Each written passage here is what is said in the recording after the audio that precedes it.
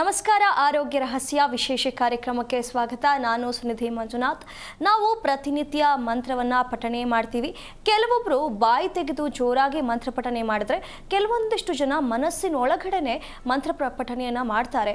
ಆದರೆ ಅಭಿವೃದ್ಧಿ ಅಂತ ಬಂದರೆ ಅಭಿವೃದ್ಧಿಯ ಮಂತ್ರ ಯಾವುದು? ಅದನ್ನು ಪಠನೆ ಮಾಡೋದಕ್ಕೆ ರೀತಿ ಇದೆಯಾ? ಅದನ್ನು ಜೋರಾಗಿ ಹೇಳಬೇಕಾ, ಕೇಳಬೇಕಾ, ಮನಸ್ಸೊಳಗೆ ಅದನ್ನು ಪಾಲಿಸಬೇಕಾ, ಯಾವ ರೀತಿಯಾಗಿ ಇದನ್ನು ಪಾಲಿಸಬೇಕು ಅನ್ನೋದ್ರ ಬಗ್ಗೆ ತಿಳಿಸ್ಕೊಡೋದಕ್ಕೆ ಇವತ್ತು ನಮ್ಮ ಜೊತೆ ಇದ್ದಾರೆ ಶ್ರೀಮಾನ್ ಶ್ರೀ ಪುರುಷೋತ್ತಮ್ ದೇಶಿಕ್ ಗುರೂಜಿ. ಅವರನ್ನ ಕಾರ್ಯಕ್ರಮಕ್ಕೆ ಸ್ವಾಗತಿಸೋಣ. ಸ್ವಾಗತ ಗುರುಗಳೇ.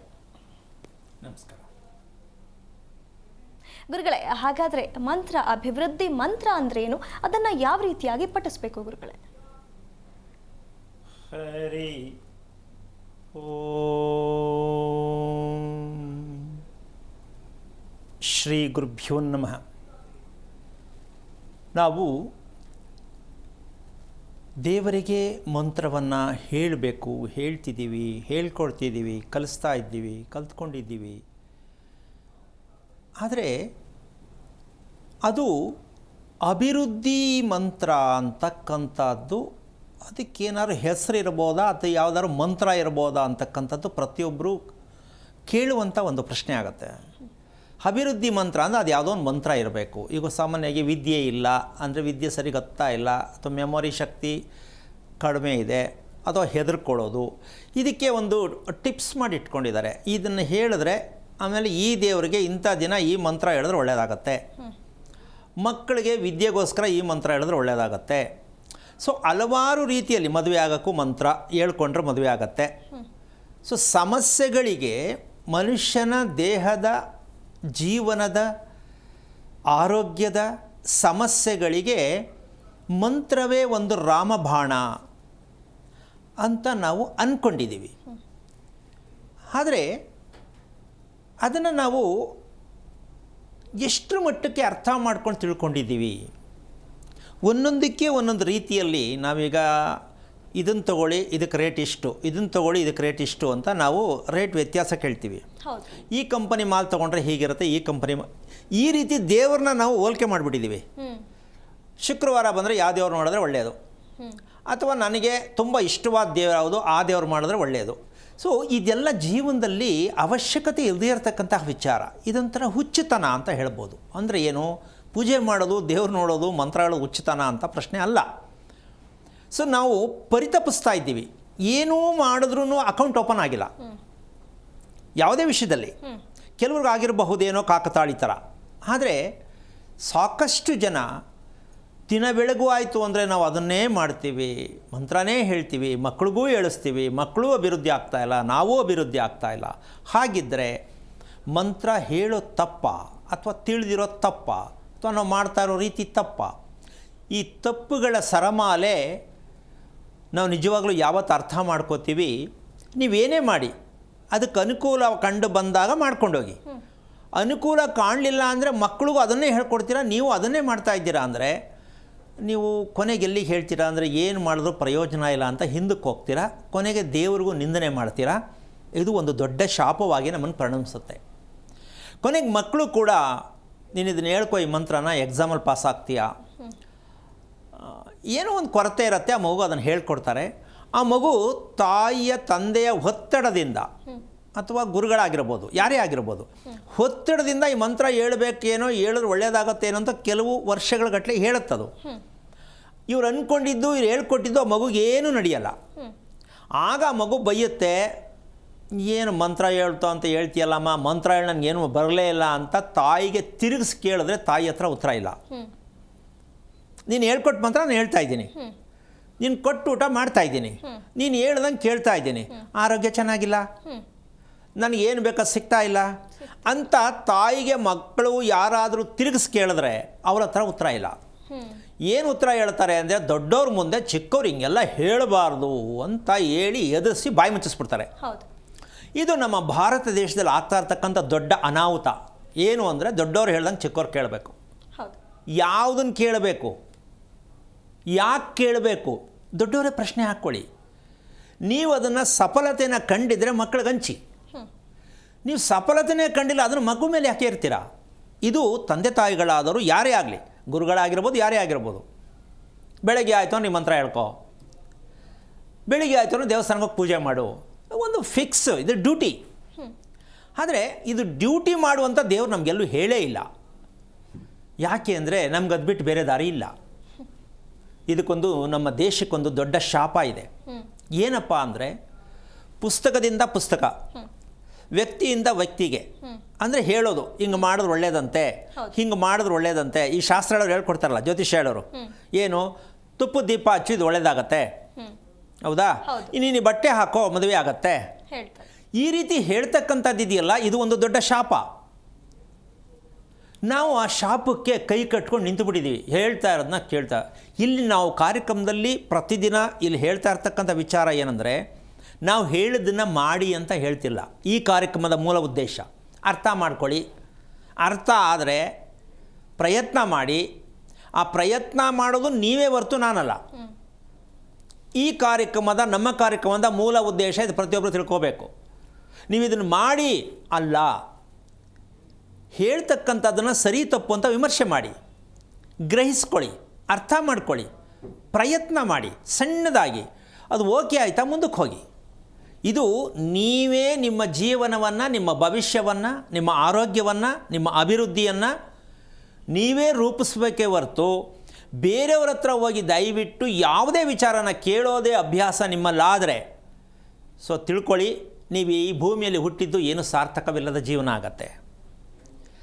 ಇಡೀ ವಿಶ್ವದಲ್ಲಿ ಭಾರತ ಅಂದರೆ ಸಂಸ್ಕಾರವಂತ ದೇಶ ಅಂತ ಇಡೀ ವಿಶ್ವದಲ್ಲಿ ಹೇಳ್ತಕ್ಕಂತಹ ನಾವು ಈ ದೇಶದಲ್ಲಿ ಹುಟ್ಟಿ ಯಾರೋ ಹೇಳೋದನ್ನು ಕೈಕಟ್ಟೆ ಕಟ್ಕೊಂಡು ಕೇಳ್ಕೊಂಡು ಮಾಡ್ತೀವಲ್ಲ, ಇದು ಎಷ್ಟು ಮಟ್ಟಕ್ಕೆ ಸರಿ ನೀವೇ ಡಿಸೈಡ್ ಮಾಡಿ. ಪ್ರತಿದಿನ ನಾನು ಯಾಕೆ ಒತ್ತಿ ಹೇಳ್ತಾ ಇದ್ದೀನಿ ಅಂದರೆ, ಇಲ್ಲಿ ನಾವು ಹೇಳ್ತಾ ಇರ್ತಕ್ಕಂಥ ವಿಚಾರ ನಿಮ್ಗೊಂದು ರೀತಿ ಆಗತ್ತೆ. ಏನಪ್ಪ ಇವ್ರು ಹಿಂಗೆ ಹೇಳ್ತಾರಲ್ಲ, ಬೇರೆಯವರೆಲ್ಲ ಹೇಳ್ತಾರೆ, ಇವ್ರದೇ ಒಂಥರ ಹೇಳ್ತಾರೆ, ಇದನ್ನು ಸ್ವಲ್ಪ ನೀವು ಇದರಿಂದ ವಿಮರ್ಶೆ ಮಾಡಿ ಹೊರಗೆ ಬನ್ನಿ ಅನ್ನೋ ಉದ್ದೇಶಕ್ಕೆ ನಾನು ಅದನ್ನು ಪದೇ ಪದೇ ಹೇಳ್ತಾ ಇದ್ದೀನಿ. ನನಗೆ ಬೇಜಾರಿಲ್ಲ ಹೇಳೋಕ್ಕೆ, ನಿಮಗೆ ಬೇಜಾರಾಗಬಾರ್ದು ಅಂತಕ್ಕಂತಹ ಒಂದು ಉದ್ದೇಶ. ಈ ರಹಸ್ಯಕ್ಕೆ ಕಾರಣಕರ್ತನಾಗಿರ್ತಕ್ಕಂತಹ ಶ್ರೀಮನ್ನಾರಾಯಣನ ಪಾದ ಕಮಲಗಳಿಗೆ ಕೋಟಿ ಕೋಟಿ ನಮನಗಳನ್ನ ಅರ್ಪಣೆಯನ್ನು ಮಾಡಿ, ಕಾರ್ಯಕ್ರಮ ನೋಡೋದು ಮುಖ್ಯ ಅಲ್ಲ, ಅರ್ಥ ಮಾಡ್ಕೊಳ್ಳೋದು ಮುಖ್ಯ. ಅರ್ಥ ಮಾಡ್ಕೊಳ್ಳೋದು ಮುಖ್ಯ ಅಲ್ಲ, ಆಚರಣೆಗೆ ತರ್ತಕ್ಕಂಥದ್ದು ಮುಖ್ಯ. ಈ ಆಚರಣೆಗೆ ತರಬೇಕು ಅಂತಂದರೆ ಮೂಲತಃ ಏನನ್ನು ನಾವು ಪಾಲನೆ ಮಾಡಿದಾಗ, ಆಚರಣೆಗೆ ತಂದಾಗ ನಾವು ಅದರಲ್ಲಿ ಸಕ್ಸಸ್ ಆಗ್ತೀವಿ ಅಂತಕ್ಕಂತಹ ವಿಚಾರವನ್ನು ಇವತ್ತು ಒಂದು ಸರಳವಾದ ರೀತಿಯಲ್ಲಿ ಹೇಳಿಕೊಡ್ತೀನಿ. ಹಾಗಂತ ಮಕ್ಕಳಿಗೆ ದಯವಿಟ್ಟು ಇದನ್ನು ಸಡನ್ನಾಗಿ ಹೇಳೋಕ್ಕೆ ಹೋಗಬೇಡಿ, ನೀವು ಮಾಡ್ಸೋಕ್ಕೆ ಹೋಗಬೇಡಿ, ನೀವು ಮಾಡೋಕ್ಕೆ ಹೋಗಬೇಡಿ. ಈಗ ನಾನು ಹೇಳ್ತಾ ಇರ್ತಕ್ಕಂಥ ವಿಚಾರ ಜೀವನ ಪರ್ಯಂತ ಯಾರೂ ಹೇಳಿಲ್ಲ, ಹೇಳೋಕ್ಕಾಗೋದು ಇಲ್ಲ, ನೀವು ಮಾಡೋಕ್ಕೂ ಆಗಲ್ಲ ಅಂತ ಹೆದರ್ಕೋಬೇಡಿ. ನಾನು ಸಡನ್ನಾಗಿ ಹೇಳಿದ ತಕ್ಷಣ ನೀವು ಪ್ರಯತ್ನ ಮಾಡೋಕ್ಕೆ ಹೋಗಬೇಡಿ. ತಾಳ್ಮೆಯಿಂದ ತಿಳ್ಕೊಂಡು ಪ್ರಯತ್ನ ಮಾಡಿ. ಜೀವನದಲ್ಲಿ ಬಾಯನ್ನು ತೆರೆಯದೇ ಹೇಳ್ತಕ್ಕಂತಹ ಮಂತ್ರದಿಂದ, ಅದಕ್ಕೆ ಉದಾಹರಣೆ, ಮಗುವಿಗೆ ಅಭಿವೃದ್ಧಿಗೆ ಮಾಡಬೇಕಾದ್ರೆ, ಅಭಿವೃದ್ಧಿಯನ್ನು ಪಡಿಸ್ಬೇಕಾದ್ರೆ ನಾವು ಫಸ್ಟ್ ಏನು ತಿಳ್ಕೋಬೇಕು ಅನ್ನೋದು ಮುಖ್ಯ. ಮಗುವಿಗೆ ಆಹಾರ, ದೊಡ್ಡವ್ರಿಗಾದರೂ ಅಷ್ಟೇ, ಆಹಾರ ಸೇವನೆ ಹೇಗಿರಬೇಕಪ್ಪ, ಯಾವುದಾಗಿರಬೇಕಾ ಅನ್ನೋ ಪ್ರಶ್ನೆ ಆಗತ್ತೆ. ಆಹಾರ ಸೇವನೆ ಹೇಗಿರಬೇಕು, ಯಾವುದಾಗಿರಬೇಕು, ಅದು ನೈವೇದ್ಯವಾಗುವ ರೀತಿಯಲ್ಲಿ ಆಹಾರ ಸೇವನೆ ಇದ್ದಾಗ ನಿಮಗೆ ಜೀವನದಲ್ಲಿ ಏನು ಸಿಗಬೇಕು ಅದು ಸಿಕ್ಕತ್ತೆ. ಏನಾಗಬೇಕು? ಆಹಾರ ನೈವೇದ್ಯವಾಗಬೇಕು. ನೀವು ಸೇವಿಸುವ ಆಹಾರ ಸ್ವಲ್ಪ ಆದಷ್ಟು ತಾಳ್ಮೆಯಿಂದ ಕೇಳಿಸ್ಕೋಬೇಕು. ಪ್ರಯತ್ನ ಮಾಡೋಕ್ಕೆ ಹೋಗಬೇಡಿ. ಮೊದಲು 5 ಸಲ ಅಲ್ಲ 6 ಸಲ ಅಲ್ಲ ನೋಡಿ ಪ್ರಯತ್ನ ಮಾಡೋದಕ್ಕಿಂತ ಮುಂಚೆ ಅರ್ಥ ಮಾಡ್ಕೊಳ್ಳಿ. ನಾವು ಸೇವಿಸುವ ಆಹಾರ ಅಥವಾ ಮಗುವಿಗೆ ಸೇವಿಸುವ ಆಹಾರ ಪ್ರತಿದಿನದಲ್ಲೂ ಕೂಡ ನೈವೇದ್ಯವಾಗಿರಬೇಕು. ಅರ್ಥ ಆಗತ್ತೆ ಅನ್ಕೋತೀಯಮ್ಮ? ನೈವೇದ್ಯವಾಗಿರಬೇಕು ಅಂದರೆ ಹೇಗೆ ಅಂದರೆ, ತಟ್ಟೆ ತಿನ್ನೋರಿಗೆ ಇದು ಅರ್ಥ ಆಗಲ್ಲ. ಒಂದು 12 ಇಡ್ಲಿ ತಿಂಡಿಗೆ ಒಂದು 6-8 ಚಪಾತಿ, ಈ ಥರ ತಿನ್ನೋರಿಗೆ ನೈವೇದ್ಯ ಅಂತ ಆಗಲ್ಲ. ಅದು ಬೇರೆ ಹೆಸರು, ಅದು ನಾವು ಹೇಳಬಾರ್ದು. ನೈವೇದ್ಯ ಅಂದರೆ ತಟ್ಟೆ ಎತ್ಕೊಂಡು ಊಟ ಮಾಡೋದು ನೈವೇದ್ಯ ಆಗಲ್ಲ. ಬೋಲ್ ತಗೊಂಡು ತಿಂತೀವಲ್ಲ, ಅದು ನೈವೇದ್ಯ ಆಗಬೇಕು. ಮಕ್ಕಳಿಗೂ ಅದನ್ನೇ ಕಲಿಸ್ಬೇಕು. ನಾವು ಮೊದಲೇ ಕಲಿಸ್ಬಿಡ್ತೀವಿ ಜಾಸ್ತಿ, ತುರ್ಕಿ ಅಭ್ಯಾಸ ಮಾಡಿ. ಮಗು ಅಂದರೆ ತಿನ್ನಬೇಕು, ಚೆನ್ನಾಗಿ ದಪ್ಪಗಾಗಬೇಕು ಅಂತ ತುರುಕ್ತಾರಲ್ಲ, ಇದು ನೈವೇದ್ಯ ಆಗಲ್ಲ. ದೊಡ್ಡವರಾದರೂ ಅಷ್ಟೇ, ಕೆಲವ್ರಿಗೊಂದು ಫಿಕ್ಸ್ ಮಾಡ್ಕೊಂಬಿಡ್ತಾರೆ, ಬೆಳಗ್ಗೆ ನಾನು ತಿಂದರೆ ಇಷ್ಟೇ ತಿನ್ನೋದು, ಮಧ್ಯಾಹ್ನ ಒಂದಷ್ಟು ಮುದ್ದೆ, ಒಂದಷ್ಟು ಅನ್ನ. ಏನು ಕತೆ ಹೇಳ್ತಾರೆ ಅಂದರೆ ಅದು ನಿಜಕ್ಕೂ ನೈವೇದ್ಯ ಅಲ್ಲ, ಅದು ತಿನ್ನಬೇಕಲ್ಲ ಅಂತ ಹುಟ್ಟಿದ್ದೀವಲ್ಲ ಅಂತಕ್ಕಂಥದ್ದು. ಇದನ್ನು ದಯವಿಟ್ಟು ಯಾರೂ ತಪ್ಪಾಗಿ ತಿಳ್ಕೊಬೇಡಿ. ಯಾಕೆ ಅಂದರೆ ಆಹಾರವನ್ನು ನಾವು ದೇಹಕ್ಕನುಸಾರವಾಗಿ, ವೃತ್ತಿಗನುಸಾರವಾಗಿ, ಸಮಯಕ್ಕನುಸಾರವಾಗಿ, ಪ್ರಕೃತಿಗನುಸಾರವಾಗಿ ಆಹಾರವನ್ನು ನೈವೇದ್ಯದ ರೀತಿಯಲ್ಲಿ ಬಳಸೋದು ವಿಧಾನ ಗೊತ್ತಿಲ್ಲ. ಇದೆಲ್ಲ ಯೋಗಿಗಳಿಗ್ರಿ, ನಮಗಲ್ಲ ಅನ್ನುವಂತಹ ಸೋಮಾರಿತನಕ್ಕೆ ನಾವು ಫಿಕ್ಸ್ ಆಗಿದ್ದೀವಿ. ಉಸಿರಾಟವನ್ನು ಯೋಗಿಗಳಾಡ್ತಾರೆ, ಅದು ನಮಗೆ ಬೇಡ, ನಮ್ಮ ಕೈಲಿ ಆಗಲ್ಲ. ಆಹಾರ ಸೇವನೆ ಅದು ಅವ್ರಿಗೆ, ಅದು ನಮಗೆ ಗೊತ್ತಿಲ್ಲ. ಈ ರೀತಿ ಸೋಮಾರಿತನದಿಂದ ನಾವು ಅಭಿವೃದ್ಧಿ ಆಗಿಲ್ಲ, ಆಗ್ತಾನೂ ಇಲ್ಲ. ಮಕ್ಕಳಿಗೆ ಅಭಿವೃದ್ಧಿ ಮಾಡಬೇಕು ಅಂತ ಮಕ್ಕಳನ್ನ ಉಸಿರು ಕಟ್ಟದ ರೀತಿಯಲ್ಲಿ ಬೆಳೆಸ್ತಾ ಇದ್ದೀವಿ. ಆ ಮಕ್ಕಳ ಆರೋಗ್ಯ ಕೆಡಿಸೋದಕ್ಕೆ ನಾವೇ ಕಾರಣ ಆಗಿದ್ದೀವಿ ಅಂತ ಇನ್ನೂ ಯಾರಿಗೂ ಅರ್ಥ ಆಗಿಲ್ಲ. ಯಾಕೆ ಅಂದರೆ ಮೂಲ ರೋಗ ಯಾವುದು ಅಂತಂದರೆ ನಾವು ಫಸ್ಟ್ ತಿಳ್ಕೊಬೇಕಾಗಿರ್ತಕ್ಕಂಥದ್ದು ಯಾರೋ ಕೊಟ್ಟಿದ್ದು, ಏನೋ ಮಾಡಿದ್ದು ಅಂತಕ್ಕಂಥ ಲೆಕ್ಕಾಚಾರಕ್ಕೆ ಬರ್ತಕ್ಕೆ ಒಂದು ಸಣ್ಣ ಉದಾಹರಣೆಯನ್ನು ಹೇಳ್ತೀನಿ. ಪಾಪು ಅಂತಾರೆ. ಏನೋ ಪಾಪು, ಏನು ಪಾಪು ಅಂದರೆ ಮಗು ಅಂತ ಅಂದ್ಕೊಂಡಿದ್ದೀವಿ. ನೋಡಿ ವಿಚಾರ ಹೇಳ್ಕೊಡ್ತೀನಿ. ಮಲಗಿದ್ದಾಗಲೂ ನಗಬೇಕು ನೀವು. ಅಯ್ಯೋ ಇಂಥ ವಿವೇಕ ತಂದಲ್ಲೂ ಬದುಕ್ತಾ ಇದ್ದೀವ, ನಾವು ಕನ್ನಡ ಮಾತಾಡಿದ್ರೆ ಅರ್ಥನೇ ಗೊತ್ತಿಲ್ವಾ? ಪಾಪು ಎಂದರೆ ಮಗು ಅಂತೀವಿ. ಸರಿ, ಆ ಪಾಪು ಹುಟ್ಟಿರೋದೇನಕ್ಕೆ ಅಂದರೆ ನಾವು ಹೇಳ್ತೀವಿ ನೋಡಿ, ಇಲ್ಲಿ ಪಾಪು ಆ ಕೈಯನ್ನು ಮತ್ತು ಬಲಗಾಲನ್ನು ಎತ್ತಿರ್ತಕ್ಕಂತಹ ಒಂದು ಅರ್ಥ ಇದೆ. ಏನಂದರೆ ಕೈಯಲ್ಲಿ ಅಂದರೆ ಮಗುವಿನ ಕೈಯಲ್ಲಿ, ತಾಯಿಯ ಕೈಯಲ್ಲಿ ಮಗುವಿನ ಪೂರ್ಣವಾಗಿರ್ತಕ್ಕಂಥ ಸತ್ಯ ಅಡಗಿದೆ. ತಾಯಿ ಕೈಯಲ್ಲಿ ಎತ್ಕೊಂಡಿರ್ತಕ್ಕಂಥದ್ದು. ಆ ಕೈಯಿಂದ ಮಗುವನ್ನು ರಕ್ಷಣೆ ಮಾಡ್ತಕ್ಕಂಥ ಎಲ್ಲ ವಿಚಾರದಲ್ಲೂ ರಕ್ಷಣೆ ಮಾಡ್ತಕ್ಕಂಥ ಶಕ್ತಿ ಇರೋದು ಕೈಗಳಿಂದ ಮಾತ್ರ. ಈಗ ಇಲ್ಲಿ ಮಂತ್ರ ಆಗ್ತಾ ಇದೆಯಾ? ಇಲ್ಲಿ ಮಂತ್ರ ಹೇಳ್ತಾ ಇದ್ದಾರಾ? ಇಲ್ಲ ಇಲ್ಲ. ಈಗ ಮಂತ್ರ ಮಗು ಹೇಳುತ್ತಾ? ಇಲ್ಲ. ಈಗ ಹೇಳೋರು, ಈಗ ಎತ್ಕೊಂಡ್ರು ಹೇಳ್ತಾ ಇದ್ದಾರಾ? ಇಲ್ಲ. ಹಾಗಿದ್ದ ಮೇಲೆ ಇವಾಗ ಅಭಿವೃದ್ಧಿ ಮಂತ್ರ ಅಂತ ಹೊರಗಡೆ ನೀವೇ ಹೇಳಿದ್ರಲ್ಲ ಅಂತ ನೀವು ಅನ್ಕೋತಿರಲ್ವಾ? ಕೇಳಿಸ್ಕೊಳ್ಳಿ. ಮಂತ್ರ ಹೇಗೆ ಹೋಗಬೇಕು, ಹೇಗೆ ಆಗಬೇಕು ಅಂತಕ್ಕಂಥದ್ದು ನಿಮ್ಮ ಕೈಯಲ್ಲಿ, ಮಗುವಿನ ಕೈಯಲ್ಲಿ ಅದರ ಭವಿಷ್ಯ ರೂಪಿಸಿ, ನಿಮ್ಮ ಕೈಯಲ್ಲಿ ನಿಮ್ಮ ಭವಿಷ್ಯ ರೂಪಿಸ್ಕೊಳ್ಳಿ ಅಂತಕ್ಕಂಥದ್ದೇ ಇದರ ಅರ್ಥ. ಈಗ ಮುಂದುವರೆದ ಭಾಗ ಹೇಳ್ತಕ್ಕಂತಹ ಒಂದು ವಿಚಾರಕ್ಕೆ ಹೋದಾಗ, ನಾವು ನೈವೇದ್ಯ ಆಗಬೇಕು ಅಂತಕ್ಕಂಥ ಲೆಕ್ಕಾಚಾರಕ್ಕೆ ಈ ಪಾಪು ಅಂತ ಕೂಗ್ತಕ್ಕಂಥದ್ದಕ್ಕೆ ಒಂದು ರೀತಿಯಲ್ಲಿ ಹೇಳ್ಬೇಕಂದ್ರೆ, ಹೌದಾ ಇಷ್ಟೆಲ್ಲ ಇದೆಯಾ ಅಂತ ನೀವು ಕೇವಲವಾಗಿ ತಗೊಂಡ್ರೆ ನಾನೇನು ಮಾಡೋಕ್ಕಾಗಲ್ಲ. ಮೊದಲನೇ ಅಕ್ಷರ ಪೂರ್ವ, ಪುಣ್ಯ, ಪಾಪ, ಪುಣ್ಯ ಇದೆಲ್ಲ ಕೆಲವು ಸಲ ಬಳಸ್ತೀವಿ ನಾವು. ಹೌದು, ಬಳಸ್ತೀವಿ. ಇದಕ್ಕೆ ಪ ಪು. ಪೂ ಅಂದರೆ ಪೂರ್ವ, ಮನೆಯಲ್ಲಿರುವಂಥ ಪೂರ್ವ.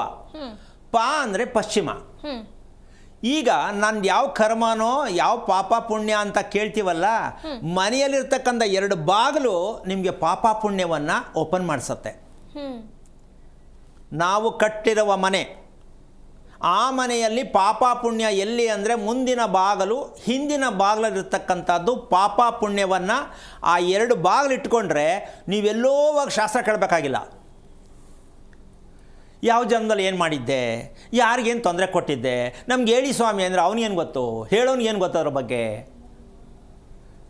ಪಾಪ ಪುಣ್ಯ ಎಲ್ಲೋ ಐತೆ, ಯಾರೋ ಹೇಳಬೇಕು, ನಮಗೆ ಗೊತ್ತಿಲ್ಲ ಅಂತ ಯೋಚನೆ ಮಾಡೋರಿಗೆ ಇವತ್ತಿನ ವಿಚಾರ ಪ್ರತಿಯೊಬ್ಬರು ಅರ್ಥ ಮಾಡ್ಕೋಬೇಕು. ಈ ಸತ್ಯವೇ ನಮಗೆ ಗೊತ್ತಿಲ್ಲ. ಅದಕ್ಕೊಂದು ಸಣ್ಣ ಉದಾಹರಣೆ ಹೇಳ್ತೀನಿ. ಮಗು ಅಂದಾಜಾಗಿ ಮಾತಾಡೋ ಮಟ್ಟಕ್ಕೆ ಬಂದಂಥ ಮಗು, ನಿನಗೂ ಕೇಳ್ತೀನಿ. ಈಗ ಮನಸ್ಸು ಅನ್ನೋದು ನಮಗಿದೆಯಲ್ಲ, ಹೌದು, ಎಲ್ಲಿದೆ ಮನಸ್ಸು? ಇಲ್ಲಿ. ಇದು ಎಂಥ ಸುಳ್ಳು ಅಂದರೆ, ಇದರಂಥ ಅಪ್ಪಟ ಮೂರ್ಖತನ ಸುಳ್ಳು ಇನ್ನೊಂದಿಲ್ಲ. ಮನುಷ್ಯನಿಗೆ ಮನಸ್ಸು ಎಲ್ಲಿದೆ? 1 ವರ್ಷ ಟೈಮ್ ಕೊಡ್ತೀನಿ, ಯಾರು ಹೇಳಿದ್ರೆ ಸಾಕು. ಮನುಷ್ಯನ ಮನಸ್ಸು ಎಲ್ಲಿದೆ? ಈಗ ನಾವು ಹೇಳ್ತೇವೆ ಬರೀ ಸುಳ್ಳು. ಇಲ್ಲಿದೆ. ದೇವರೆಲ್ಲಿದೆ? ಇಲ್ಲಿದೆ.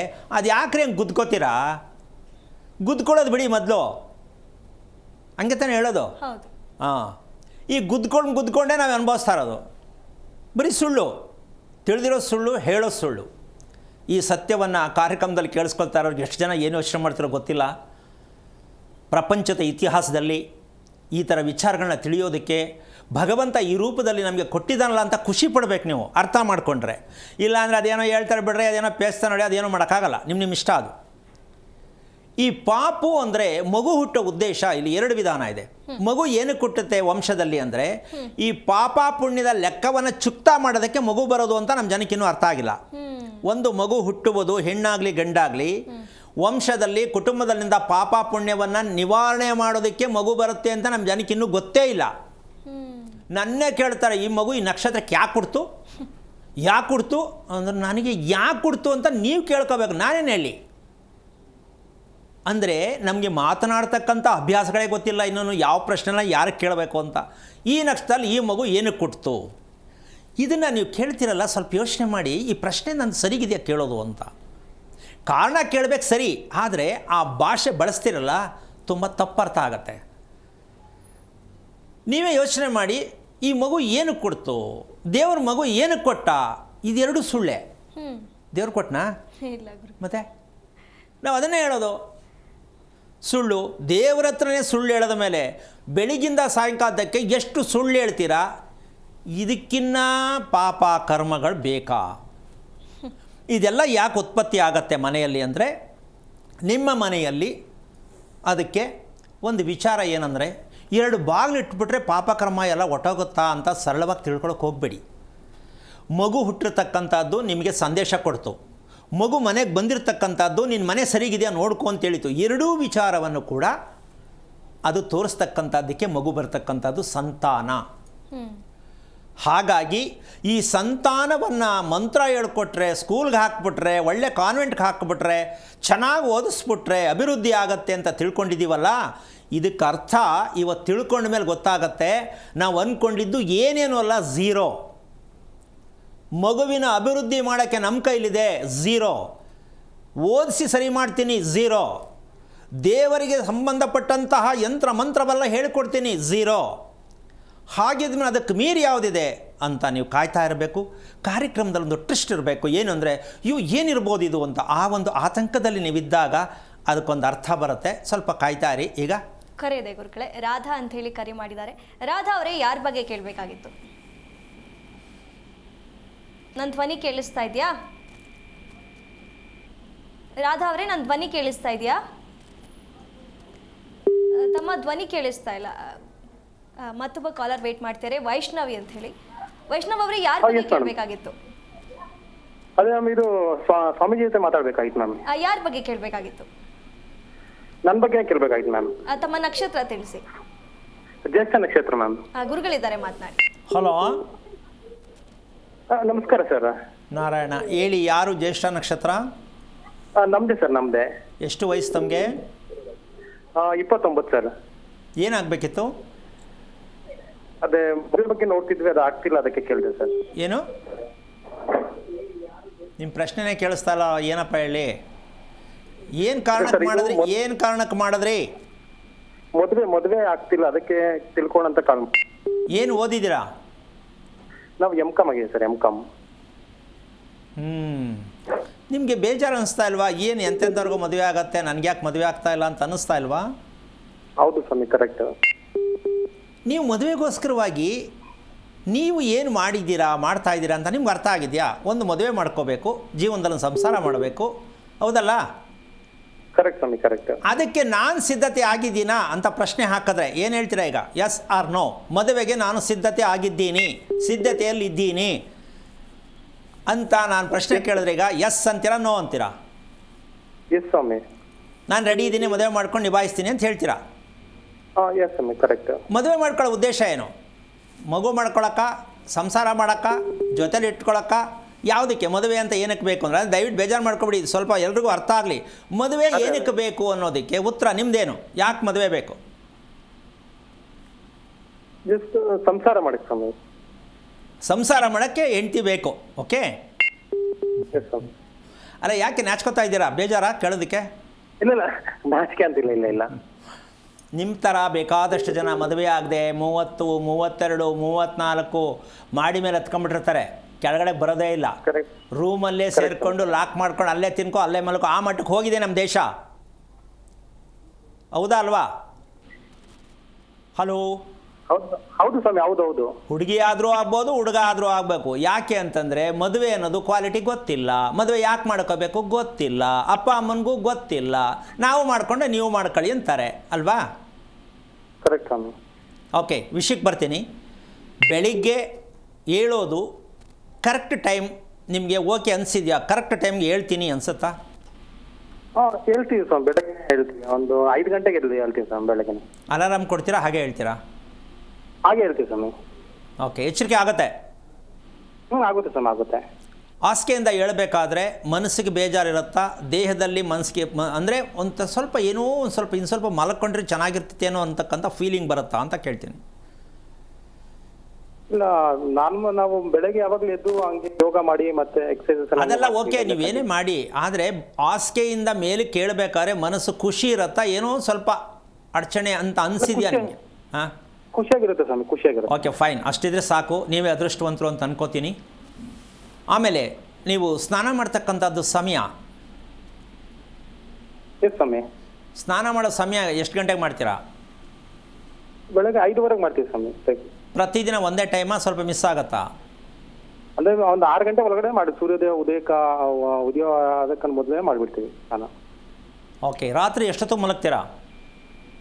ರಾತ್ರಿ 9:30 ಸ್ವಾಮಿ. ನಿದ್ದೆ ಎಷ್ಟೊತ್ತಿಗೆ ಬರುತ್ತೆ? ಮಲ್ಕೊಂಡ ತಕ್ಷಣ ಒಂದು 5 ನಿಮಿಷ ಹಂಗೆ ನಿದ್ದೆ ಮಾಡಿಬಿಡ್ತೀವಿ. ಮಧ್ಯೆ ಎಚ್ಚರಿಕೆ ಆಗಲ್ಲ? ಮಧ್ಯ ಎಚ್ಚರಿಕೆ ಆಗಲ್ಲ, ಬೆಳಗ್ಗೆ ಒಂದೇ ಸರಿ ಎದ್ದೇಳೋದಷ್ಟೇ. ಓಕೆ, ಊಟ ಎಷ್ಟೊತ್ತಿಗಾಗುತ್ತೆ? ಊಟ 8:00 ಸ್ವಾಮಿ. ಏನು ಊಟ ರಾತ್ರಿದು? ರಾತ್ರಿ chapati rice. Chapati rice, okay. ಮುದ್ದೆ, ಇಲ್ಲಾಂದ್ರೆ ಮುದ್ದೆ. ಮುದ್ದೆ ಏನದು ಗಟ್ಟಿಯಾಗಿರಲಿ ಅಂತನಾ? ಏನು ಉದ್ದೇಶಕ್ಕೆ ತಿನ್ನೋದು? ಮುದ್ದೆ ಚಪಾತಿ ಏನು ಉದ್ದೇಶಕ್ಕೆ ತಿನ್ನೋದು? ನಾರ್ಮಲ್ ರೊಟೀನ್ ಯಾವಾಗಲೂ ಮನೇಲಿ ಅದೇ ಮಾಡ್ತಾರೆ ಸ್ವಾಮಿ, ಅದಕ್ಕೆ. ಓಕೆ, ಈಗ ಕೊನೆ ಪ್ರಶ್ನೆ. ನಿಮ್ಮ ಬೆಳಿಗ್ಗೆ ಎದ್ದ ತಕ್ಷಣ, ಬೆಡ್ಡಿಂದ ಎದ್ದ ತಕ್ಷಣ ಆಗಲಿ ಅಥವಾ ಯಾವುದೇ ಸಮಯ ಆಗಲಿ, ನಿಗದಿತ ಸಮಯಕ್ಕೆ ಬಾತ್ರೂಮ್ಗೆ ಹೋಗ್ತಕ್ಕಂಥ ಅಭ್ಯಾಸ ಇದೆಯಾ ಅಂತ ಕೇಳ್ತೀನಿ. ಇದೆ ಸ್ವಾಮಿ. ಪಕ್ಕ ಟೈಮ್ ಒಂದಿನೂ ಚೇಂಜ್ ಆಗಲ್ಲ? ಒಂದು ಟೈಮ್ಗೆ ಏನು ಹೋಗ್ತೀರಾ ಅದೇ ಟೈಮ್ಗೆ ಹೋಗ್ತೀರಾ? ಹಾಂ, ರೆಗ್ಯುಲರ್ ಆಗಿ ಬೆಳಗ್ಗೆ ಎದ್ದ ತಕ್ಷಣ ಹಂಗೆ ವಾಶ್ರೂಮ್ಗೆ ಹೋಗ್ಬಿಟ್ಟು ಹಂಗೆ ಸ್ನಾನ ಮಾಡಿ ಮತ್ತೆ ಫ್ರೆಶ್ ಅಪ್ ಆಗಿ ಹಂಗೆ ದೇವ್ರ ನಮಸ್ಕಾರ, ದೇವ್ರ ಪೂಜೆ ಮಾಡೋದು. ಓಕೆ, ದಿನಕ್ಕೆ ಒಂದ್ಸಲ? ಹಾಂ, ದಿನಕ್ಕೆ ಒಂದೇ ಸರಿ ಸ್ವಾಮಿ. ಇದು ಮನುಷ್ಯನ ಆರೋಗ್ಯ ಸ್ಥಿತಿ ಮನಸ್ಥಿತಿಗೆ ಕರೆಕ್ಟಾಗಿರುತ್ತೆ ಅನಿಸುತ್ತಾ? ದಿನಕ್ಕೆ ಒಂದ್ಸಲ ಹೋಗ್ತಕ್ಕಂಥ ಅಭ್ಯಾಸ ಸರಿನಾ? ನಂಗೆ ಗೊತ್ತಿಲ್ಲ ಸ್ವಾಮಿ, ನೀವೇ ಹೇಳಬೇಕು. ಇಷ್ಟು ಪ್ರಶ್ನೆಗಳನ್ನ ಏನಕ್ಕೆ ಕೇಳಿದೆ ಅಂದರೆ, ಇವರು ಹುಟ್ಟಿರ್ತಕ್ಕಂಥ ನಕ್ಷತ್ರಕ್ಕೆ ನಾನು ಮೋಷನ್ಗೆ ಹೋಗ್ತೀನಿ ಬೆಳಗ್ಗೆ ಎದ್ದ ತಕ್ಷಣ, ಸ್ನಾನಕ್ಕೆ ಹೋಗಿದ ತಕ್ಷಣ ಅಂತ ಹೇಳುವಂಥವ್ರು ಬೇಕಾದಷ್ಟು ಜನ ಇದ್ದಾರೆ. ಅದು ಆ ವಿಚಾರ ಹೇಳೋಕ್ಕೆ ಸ್ವಲ್ಪ ಸಂಕೋಚನೂ ಆಗತ್ತೆ, ಬೇಜಾರು ಆಗತ್ತೆ. ಮೋಷನ್ ಕರೆಕ್ಟಾಗಿ ಹೋಗುತ್ತೆ ಅಂತ ಹೆಂಗೆ ಗೊತ್ತಾಗತ್ತೆ? ಕರೆಕ್ಟಾಗಿ ಹೋಗಿದೆ ಅಂತ ಹೆಂಗೆ ಗೊತ್ತಾಗತ್ತೆ?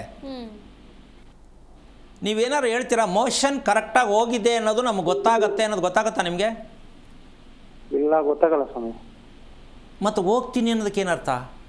ಊಟ ಮಾಡಿದೆ ಅಂದ್ರೆ ಒಂದೇ ಸರಿ ಹೋಗ್ತೀವಲ್ಲ, ಅದಕ್ಕೆ ಹಂಗಂತ ಹೇಳ್ದೆ. ಎಲ್ಲ ಕ್ಲೀನ್ ಆಗಿಬಿಡುತ್ತೆ ಅಂತೀರಾ? ಅಂದೇ ಒಂದೇ ಸಲಕ್ಕೆಲ್ಲ ಕ್ಲೀನ್ ಆಗುತ್ತೆ ಅಂತ ಅಂದ್ಕೊಂಡಿದ್ದೀರಾ? ಕರೆಕ್ಟ್ ಎಸ್ ಸ್ವಾಮಿ, ಅದೇ. ಓಕೆ, ಊಟ ಮಾಡಿದಾಗ ತಿಂಡಿ ತಿಂದಾಗ ಸ್ವಲ್ಪ ಒಂಚೂರು ಇನ್ನು ಸ್ವಲ್ಪ ಹೊಟ್ಟೆ ಸ್ವಲ್ಪ ಭಾರ ಆದಂಗೆ ಕಾಣಿಸ್ತಕ್ಕಂಥದ್ದು ಅರ್ಥ ಆಗುತ್ತಾ ನಿಮಗೆ? ಹಾಂ, ಆವಾಗ ಆಗುತ್ತೆ ಸರ್, ಭಾರ ಆದಂಗೆ ಆಗುತ್ತೆ. ಈ ಭಾರ ಏನಕ್ಕಾಗತ್ತೆ ಅಂದರೆ, ಹಳೆ ಸ್ಟಾಕು ಹೊರಗೆ ಬಂದಿಲ್ಲ, ಬ್ರೇಕ್. ಓಕೆ, ಅರ್ಥ ಮಾಡ್ಕೊಳ್ಳಿ. ಒಳಗಡೆ ಆ ದಿನಕ್ಕೆ ಮಾಡಿದಂಥ ಅಡುಗೆ ಪಾತ್ರೆ ತೊಳೆದ್ಬಿಟ್ಟು ಹೊಸ ಅಡುಗೆ ಮಾಡಬೇಕಾ? ಅದೇ ಪಾತ್ರೆ ಮಾಡಬೇಕಾ? ಹೊಸದಾಗಿ ಮಾಡಬೇಕು. ಹಾಗಾಗಿ ನಮ್ಮ ಹೊಟ್ಟೆಯಲ್ಲಿ ಇರ್ತಕ್ಕಂಥದ್ದು, ಕರಳಲ್ಲಿ ಇರ್ತಕ್ಕಂಥದ್ದು ಕಂಪ್ಲೀಟ್ ಕ್ಲೀನ್ ಆಗದೇ ಇದ್ದಾಗ ತಿಂಡಿನೋ ಊಟನೋ ಸ್ವಲ್ಪ ತಿಂದರೆ ಸ್ವಲ್ಪ ಹೊಟ್ಟೆ ತೂಕ ಕಾಣಿಸುತ್ತೆ, ವಕ್ರಿಸ್ಕೋಬೇಕು ಅಂತ ನೀವೇ ತಿಳ್ಕೊಬೇಕು. ಒಳಗಡೆ ಇರೋದು ಇನ್ನೂ ಕಂಪ್ಲೀಟ್ ಕ್ಲೀನ್ ಆಗಿಲ್ಲ. ಈಗ ಅದೆರಡೂ ಸೇರಿದಾಗ ಏನಾಗುತ್ತೆ ಅಂದರೆ ಕೂತಲ್ಲಿ ನಿದ್ದೆ ಬರುತ್ತೆ, ಮುಗಿತು. ಮನುಷ್ಯನ ಜೀವನದಲ್ಲಿ ಯಾರು ಹಗಲು ನಿದ್ದೆಗೆ ಪ್ರೇರಣೆ ಆಗುತ್ತೋ ದೇಹ, ಅವರು 50% ಔಟ್. ಏನು ಸ್ವಾಮಿ ತೂಕುಡಿಸ್ತದೆ? ಒಂಚೂರು ಬೆಳಿಗ್ಗೆ ತಿಂಡಿ ತಿಂತೀನಿ, ಒಂದು ಸ್ವಲ್ಪ ತೂಕುಡಿಸುತ್ತೆ, ಅದೇನೇ ಸ್ಟಾಕ್ ಅಲ್ಲೇ ಒಳಗಡೆ ಇದೆ. ಇನ್ನು ಮಕ್ಕಳ ಕಥೆ ಏನ್ರಿ? ಸ್ಕೂಲ್ಗೆ ಡಬ್ಬಿ ತುಂಬಿ ಅವ್ರಿಗೆ ನರ್ಕ ಮಾಡಿ ಓಡಿಸ್ಬಿಡ್ತಿಲ್ಲ ಪಾಪ ಮಗು.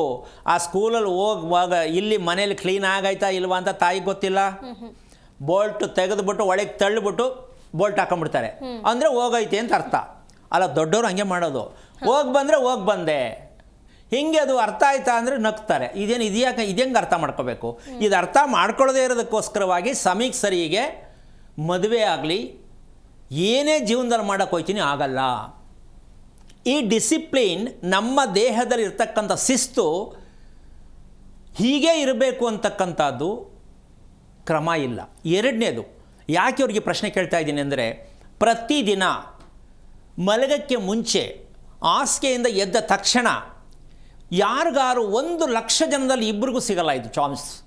2 ಸಲ ಕಂಪ್ಲೀಟ್ ಕ್ರಿಯೆ ಆಗಲಿಲ್ಲ ಅಂದರೆ ಮಲಗಿದ್ರೆ ಆ ನಿದ್ದೆ ರೋಗದ ನಿದ್ದೆ ಆಗತ್ತೆ ಅಂತ ನಮಗಿನ್ನೂ ಅರ್ಥ ಆಗಿಲ್ಲ. ಕರೆಕ್ಟ್ ಟೈಮ್ಗೆ ಹೋಗ್ತೀನಿ ಅಂತೀರಾ, ಉತ್ತರ ಗೊತ್ತಿಲ್ಲ. ಒಂದೇ ಸಲ ಹೋಗೋದು ಅಂತೀರಾ, ಉತ್ತರ ಗೊತ್ತಿಲ್ಲ. ಇನ್ನು ಕೆಲವ್ರು 4 ಸಲ ಹೋಗ್ತೀನಿ ಅಂತಾರೆ, ಉತ್ತರ ಗೊತ್ತಿಲ್ಲ. ಇನ್ನು ಕೆಲವು 2 ದಿನಕ್ಕೊಂದು ಸಲ ಹೋಗ್ತೀನಿ, ಉತ್ತರ ಗೊತ್ತಿಲ್ಲ. ಮತ್ತು ಹೆಂಗ್ರಿ ಚೆನ್ನಾಗಿರ್ತೀರಾ? ಯಾಕೆ ಬೇಕು ಮದುವೆ? ಅದಕ್ಕೋಸ್ಕರವಾಗಿ ಈ ಗ್ಯಾಸ್ಟ್ರಿಕ್ ಅಂತಕ್ಕಂತಹ ಮಹಾಮಾರಿ ರೋಗವನ್ನು, ಈ ಕರ್ಮವನ್ನು, ಈ ಕ್ರಮವನ್ನು ಯಾರು ಪಾಲಿಸಲ್ವೋ ಅದು ತುಂಬ ಕಷ್ಟ ಇದೆ, ಅಷ್ಟು ಸುಲಭ ಅಲ್ಲ. ನಾನು ಹೇಳಿದ ವಿಷಯವನ್ನು ಒಂದು ಹಂತಕ್ಕೆ ತರೋದಕ್ಕೆ ಕಡಿಮೆ ಅಂದರೂ 6 ತಿಂಗಳು ಶ್ರಮ ಬೀಳಬೇಕು ಈ ಅಭ್ಯಾಸ ಮಾಡ್ಕೊಳ್ಳೋಕ್ಕೆ. ಅವತ್ತು ಅವನ ಜೀವನದಲ್ಲಿ ಗೆದ್ದ ಅಂತ. ಮದುವೆ ಆಗೋನಿರ್ಬೋದು, ಮದುವೆ ಆಗಿರೋನಿರ್ಬೋದು, ಮಕ್ಕಳಾಗಿರ್ಬೋದು. ಈ ಶಿಸ್ತು ಸ್ಕೂಲಲ್ಲಿ ಹೇಳ್ಕೊಡ್ತಾರಾ? ಇಲ್ಲ.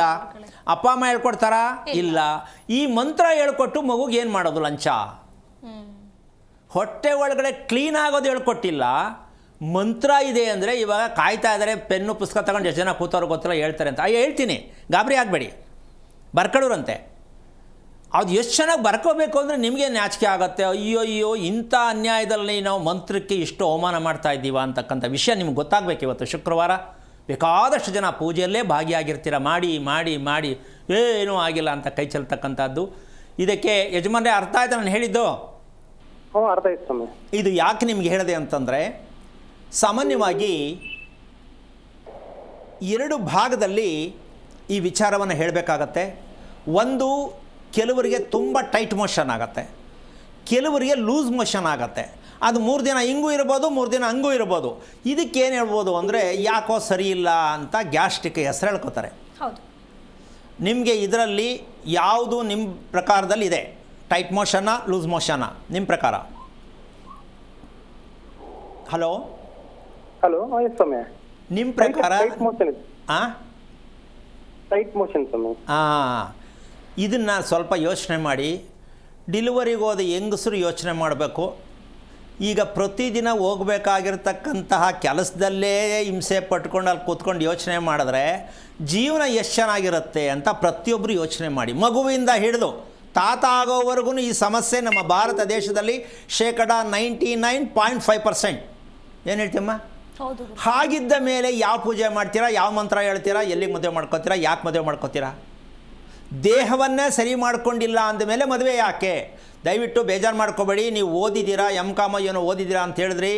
ನಿಜವಾಗ್ಲೂ ಹೇಳ್ತೀನಿ, ನಿಮ್ಮ ಥರ ಮದುವೆ ಆಗೋರು, ಮದುವೆ ಆಗದೇ ಇರೋರು, ಮಕ್ಕಳು, ಪ್ರತಿಯೊಬ್ಬರಿಗೂ ದೇಹವನ್ನು ಸ್ವಚ್ಛತೆ ಮಾಡ್ತಕ್ಕಂಥದ್ದು ಎಲ್ಲರಿಗೂ ಬೇಕಾ ಬೇಡವಾ ನಿಮ್ಮ ಪ್ರಕಾರ? ಬೇಕು ಸ್ವಾಮಿ, ಬೇಕು. ಇದಕ್ಕೆ ಹೇಳ್ದೆ ಬೇಜಾರು ಮಾಡ್ಕೋಬೇಡಿ. ನೀವು ಒಂದು ವಿಷಯ ಇದೆ, ನಿಮ್ಮ ತಂದೆ ಎಲ್ಲಿದ್ದಾರೆ? ಅವರು ಇಲ್ಲೇ ಇದ್ದಾರೆ ಸ್ವಾಮಿ. ಏನು ಮಾಡ್ತಾರೆ? ಅವರು ಕೆಲಸಕ್ಕೆ ಹೋಗ್ತಾರೆ ಸ್ವಾಮಿ. ಇದೆಲ್ಲ ನಂಬಿಕೆ ಇದೆಯಾ ನಿಮ್ಮ ಅಪ್ಪನಿಗೆ? ಅವರು ಅದೇ ನಂಬಿಕೆ ಇದೆ ಸ್ವಾಮಿ. ಯಾವುದ್ರಲ್ಲಿ ನಂಬಿಕೆ? ಅಂದ್ರೆ ಅವರು ಅದೇ ಹಿಂಗೆ ಎಲ್ತು ಹಿಂಗೆ ಟೈಟ್ ಆಗಿ ಮೋಷನ್ ಆಗುತ್ತೆ ಅಂದ್ರೆ ಜಸ್ಟ್ ತೋರಿಸ್ಕೊಳ್ಳಿ, ಆಗಿರುತ್ತೆ ಚೆಕಪ್ ಮಾಡ್ಕೊಳ್ಳೋ ಅಂತಾರೆ ಏನೋ ಅಂತ ಹೇಳ್ತಾರೆ. ಅದಲ್ಲ, ಆ ವಿಷಯ ಅಲ್ಲ. ನಿಮ್ಮ ತಂದೆಗೆ ಸಮಯಕ್ಕೆ ಸರಿಯಾಗಿ ಯಾವುದೇ ಕೆಲಸಗಳನ್ನ ಆ ಸಮಯಕ್ಕೆ ಮಾಡಬೇಕು ಅಂತಕ್ಕಂಥ ಶಿಸ್ತಿದೆಯಾ ಅಂತ ಕೇಳ್ತೀನಿ. ಅದು ಶಿಸ್ತು ಅದು ಇದೇ ಸಮಯ, ಬಟ್ ಅದೇ ನೋಡ್ತಿದ್ರೆ ಬಟ್ ಎಲ್ಲೂ ಆಗ್ತಿಲ್ಲ. ಅದೇ ಮದುವೆ ಬಗ್ಗೆ ಬಿಟ್ಬಿಡಿಯಪ್ಪ. ನಿಮ್ಮ ತಂದೆ ಅವ್ರ ಬದುಕಿನಲ್ಲಿ ಲೈಫಲ್ಲಿ ಇಷ್ಟು ಬೆಳಗ್ಗೆ ಎದ್ದು ಇಷ್ಟು ಗಂಟೆಗೆ ಹೇಳಬೇಕು, ಇಷ್ಟು ಗಂಟೆಗೆ ಮಲಗಬೇಕು, ಊಟ ಇಷ್ಟೇ ಮಾಡು, ಇಷ್ಟು ಗಂಟೆಗೆ ಮಾಡಬೇಕು, ಗೊತ್ತಿದೆಯಾ? ಇಲ್ಲ ಸ್ವಾಮಿ, ಅಷ್ಟಿಲ್ಲ, ಅವರಿಲ್ಲ. ಈ ಪ್ರಶ್ನೆ ಯಾಕೆ ಕೇಳಿದೆ ಅಂದರೆ, ಅಪ್ಪ ಅಮ್ಮನ ಫ್ಯಾಕ್ಟ್ರಿ ಹೇಗಿರುತ್ತೆ ಅಂದರೆ ಮಗುನಲ್ಲಿ ಬಂದಿರುತ್ತೆ, ಅಲ್ಲೂ ಫ್ಯಾಕ್ಟ್ರಿ ಡ್ಯಾಮೇಜೇ. ಇದ್ರ ಬಗ್ಗೆ ಗೊತ್ತಿಲ್ಲ. ಇದೇ ಥರ ಒಂದು 7 ತಲೆಮಾರಿಗೆ ಹೋಗೋಣ. ಅವರಪ್ಪ ಅವರಮ್ಮ ಎಲ್ಲ ಇದೆ ರೀ. ಇದು ನಮ್ಮ ದೇಶದಲ್ಲಿ ಸಾವಿರಾರು ವರ್ಷಗಳಿಂದ ಬಂದಿರತಕ್ಕಂಥ ಒಂದು ಕರ್ಮ. ಇವತ್ತೊಂದಲ್ಲ ಇದನ್ನು ವಾತರೋಗ ಅಂತಾರೆ. ಈಗ ನೀವು ಮಾಡಬೇಕಾಗಿದ್ದು, ನಿಜಕ್ಕೂ ಹೇಳ್ತೀನಿ, ನಿಮ್ಮ ತಂದೆನ ತಾಯಿನ ಕರ್ಕೊಂಡು ನಾನು ಜ್ಯೇಷ್ಠ ನಕ್ಷತ್ರಕ್ಕೆ ಏನು ಕೊಟ್ಟಿದೆ, ನಾನು ಏನು ಮಾಡಬೇಕು ಅಂತ ಮಾಡೋದನ್ನು ಪ್ರಯತ್ನ ಮಾಡಿ. ಮದುವೆ ಯಾವಾಗ ಆಗುತ್ತೆ ಅಂತ ಕೇಳಬೇಡಿ, ಯಾವ ರೀತಿ ಹುಡುಗಿ ಸಿಗ್ತಾಳೆ ಅಂತ ಕೇಳಬೇಡಿ. ನಾನು ಮದುವೆಗೆ ಏನು ಮಾಡಬೇಕು ಅಂತ ನೀವು ಮಾಡ್ಕೊಳ್ಳೋದೇ ಆದರೆ ಯೋಚನೆ ಮಾಡೋದ ರೀತಿಯಲ್ಲಿ ಮದುವೆ ಆಗುತ್ತೆ. ಮಾಡ್ತೀರಾ?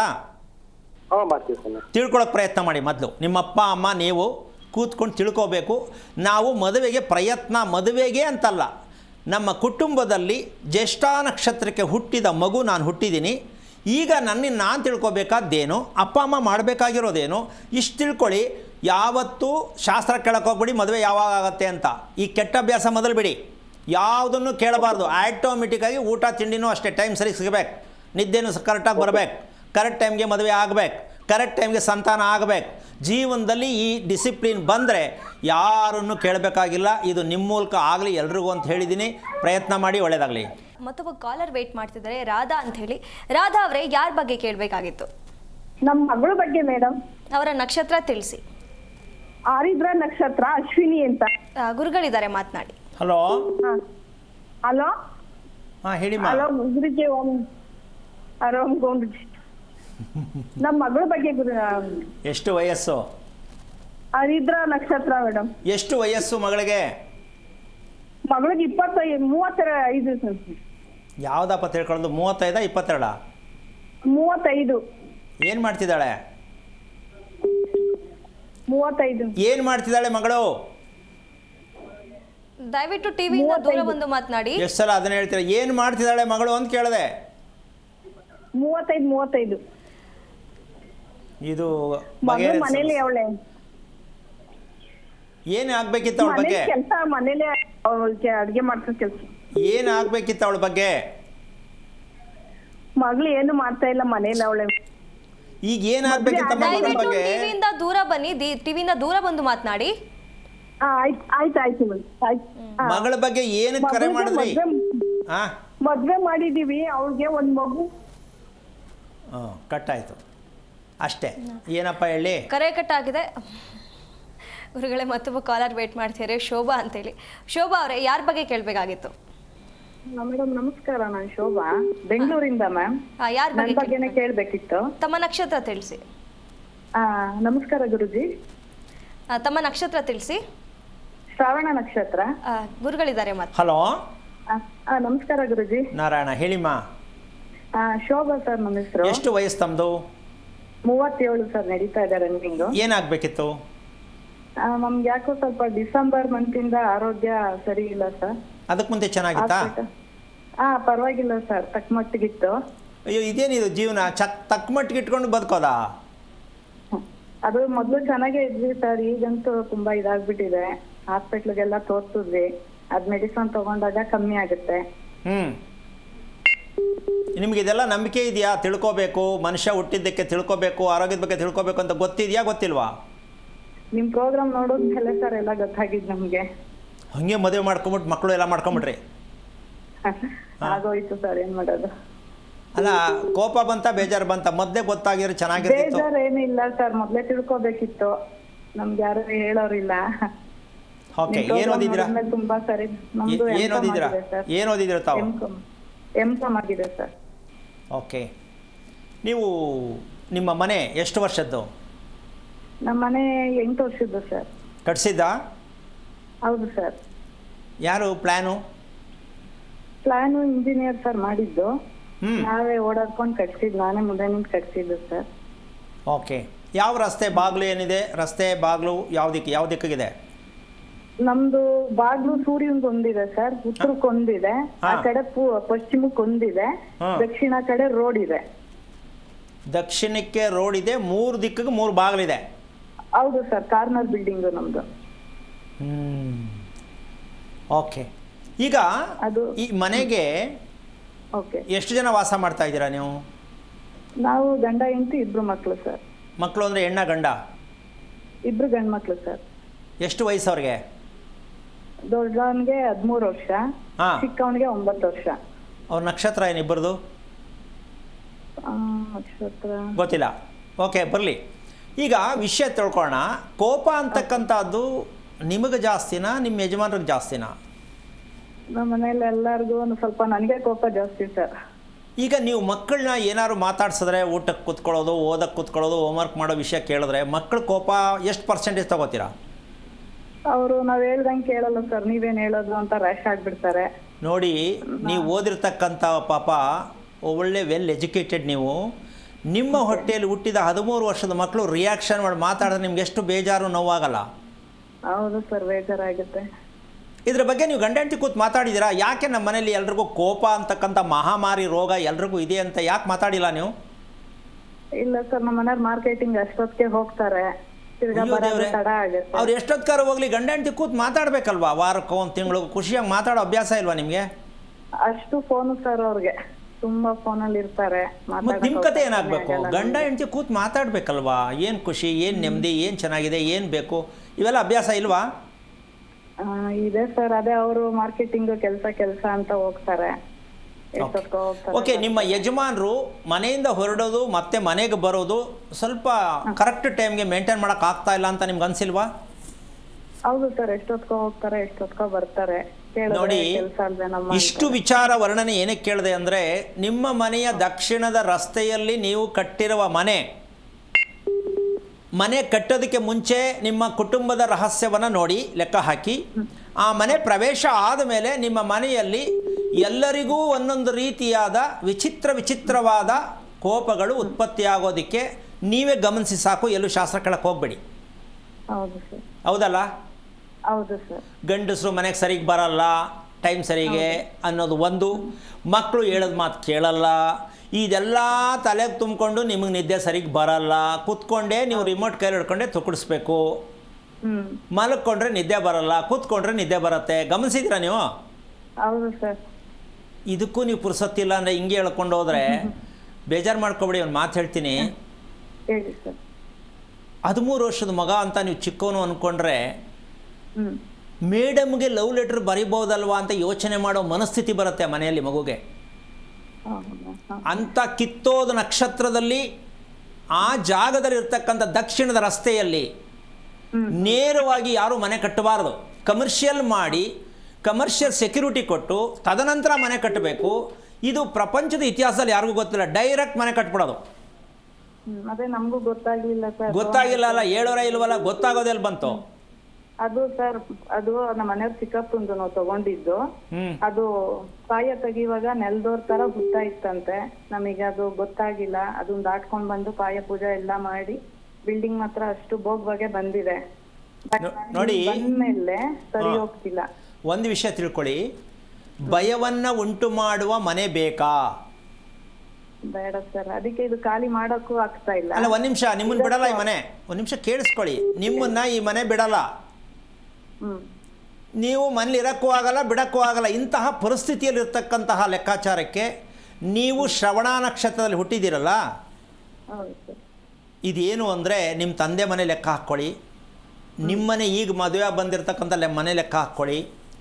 ನೀವು ಎಷ್ಟು ಎಫರ್ಟ್ ಹಾಕಿ ಜೀವನದಲ್ಲಿ ಹೀಗೆ ಇರಬೇಕು, ಹೀಗೆ ಬದುಕಬೇಕು ಅಂತ ಪಾಪ ಬಂದಿದ್ದೀರಾ. ಅದಕ್ಕೆ ಇಲ್ಲಿವರೆಗೂ ನಿಮಗೆ ಕ್ವಾಲಿಟಿ ಸಿಕ್ಕಿಲ್ಲ. ಅನುಭವಿಸ್ತಾ ಇದ್ದೀರಿ ಅಂತೀರಾ, ಖುಷಿಯಾಗಿದ್ದೀನಿ ಅಂತೀರಾ? ಹಲೋ,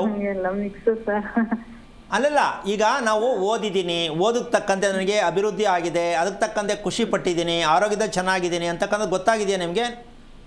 ಅದೇ ಆರೋಗ್ಯದಲ್ಲಿ ಇವಾಗ ಡಿಸೆಂಬರ್ ಇಂದಾನೆ ಸರ್ ಆ ತರ. ಓಕೆ, ವಿಷಯಕ್ಕೆ ಬರೋಣ. ಡಿಸೆಂಬರ್ ಅನ್ನೋ ಪ್ರಶ್ನೆಗಿಂತ ಹೆಚ್ಚಾಗಿ ನೀವು ಕೂತ್ಕೋತಿರಲ್ಲ ಊಟ ಮಾಡೋಕ್ಕೆ. Okay sir. ಊಟ ಮಾಡುವಾಗ ಟಿವಿ, ಮೊಬೈಲ್, ಮಾತಾಡೋದು, ಮೂರರಲ್ಲಿ ಯಾವ ಅಭ್ಯಾಸ ಇದೆ ನಿಮಗೆ? ನೆಲದಲ್ಲೇ ಸರ್ ನಾವು ಕೂತು ಊಟ ಮಾಡೋದು. ಅಲ್ಲಲ್ಲ, ಟಿವಿ ನೋಡ್ತೀರಾ, ಮೊಬೈಲ್ ನೋಡ್ತೀರಾ, ಮಾತಾಡ್ತೀರಾ ಊಟ ಮಾಡುವಾಗ?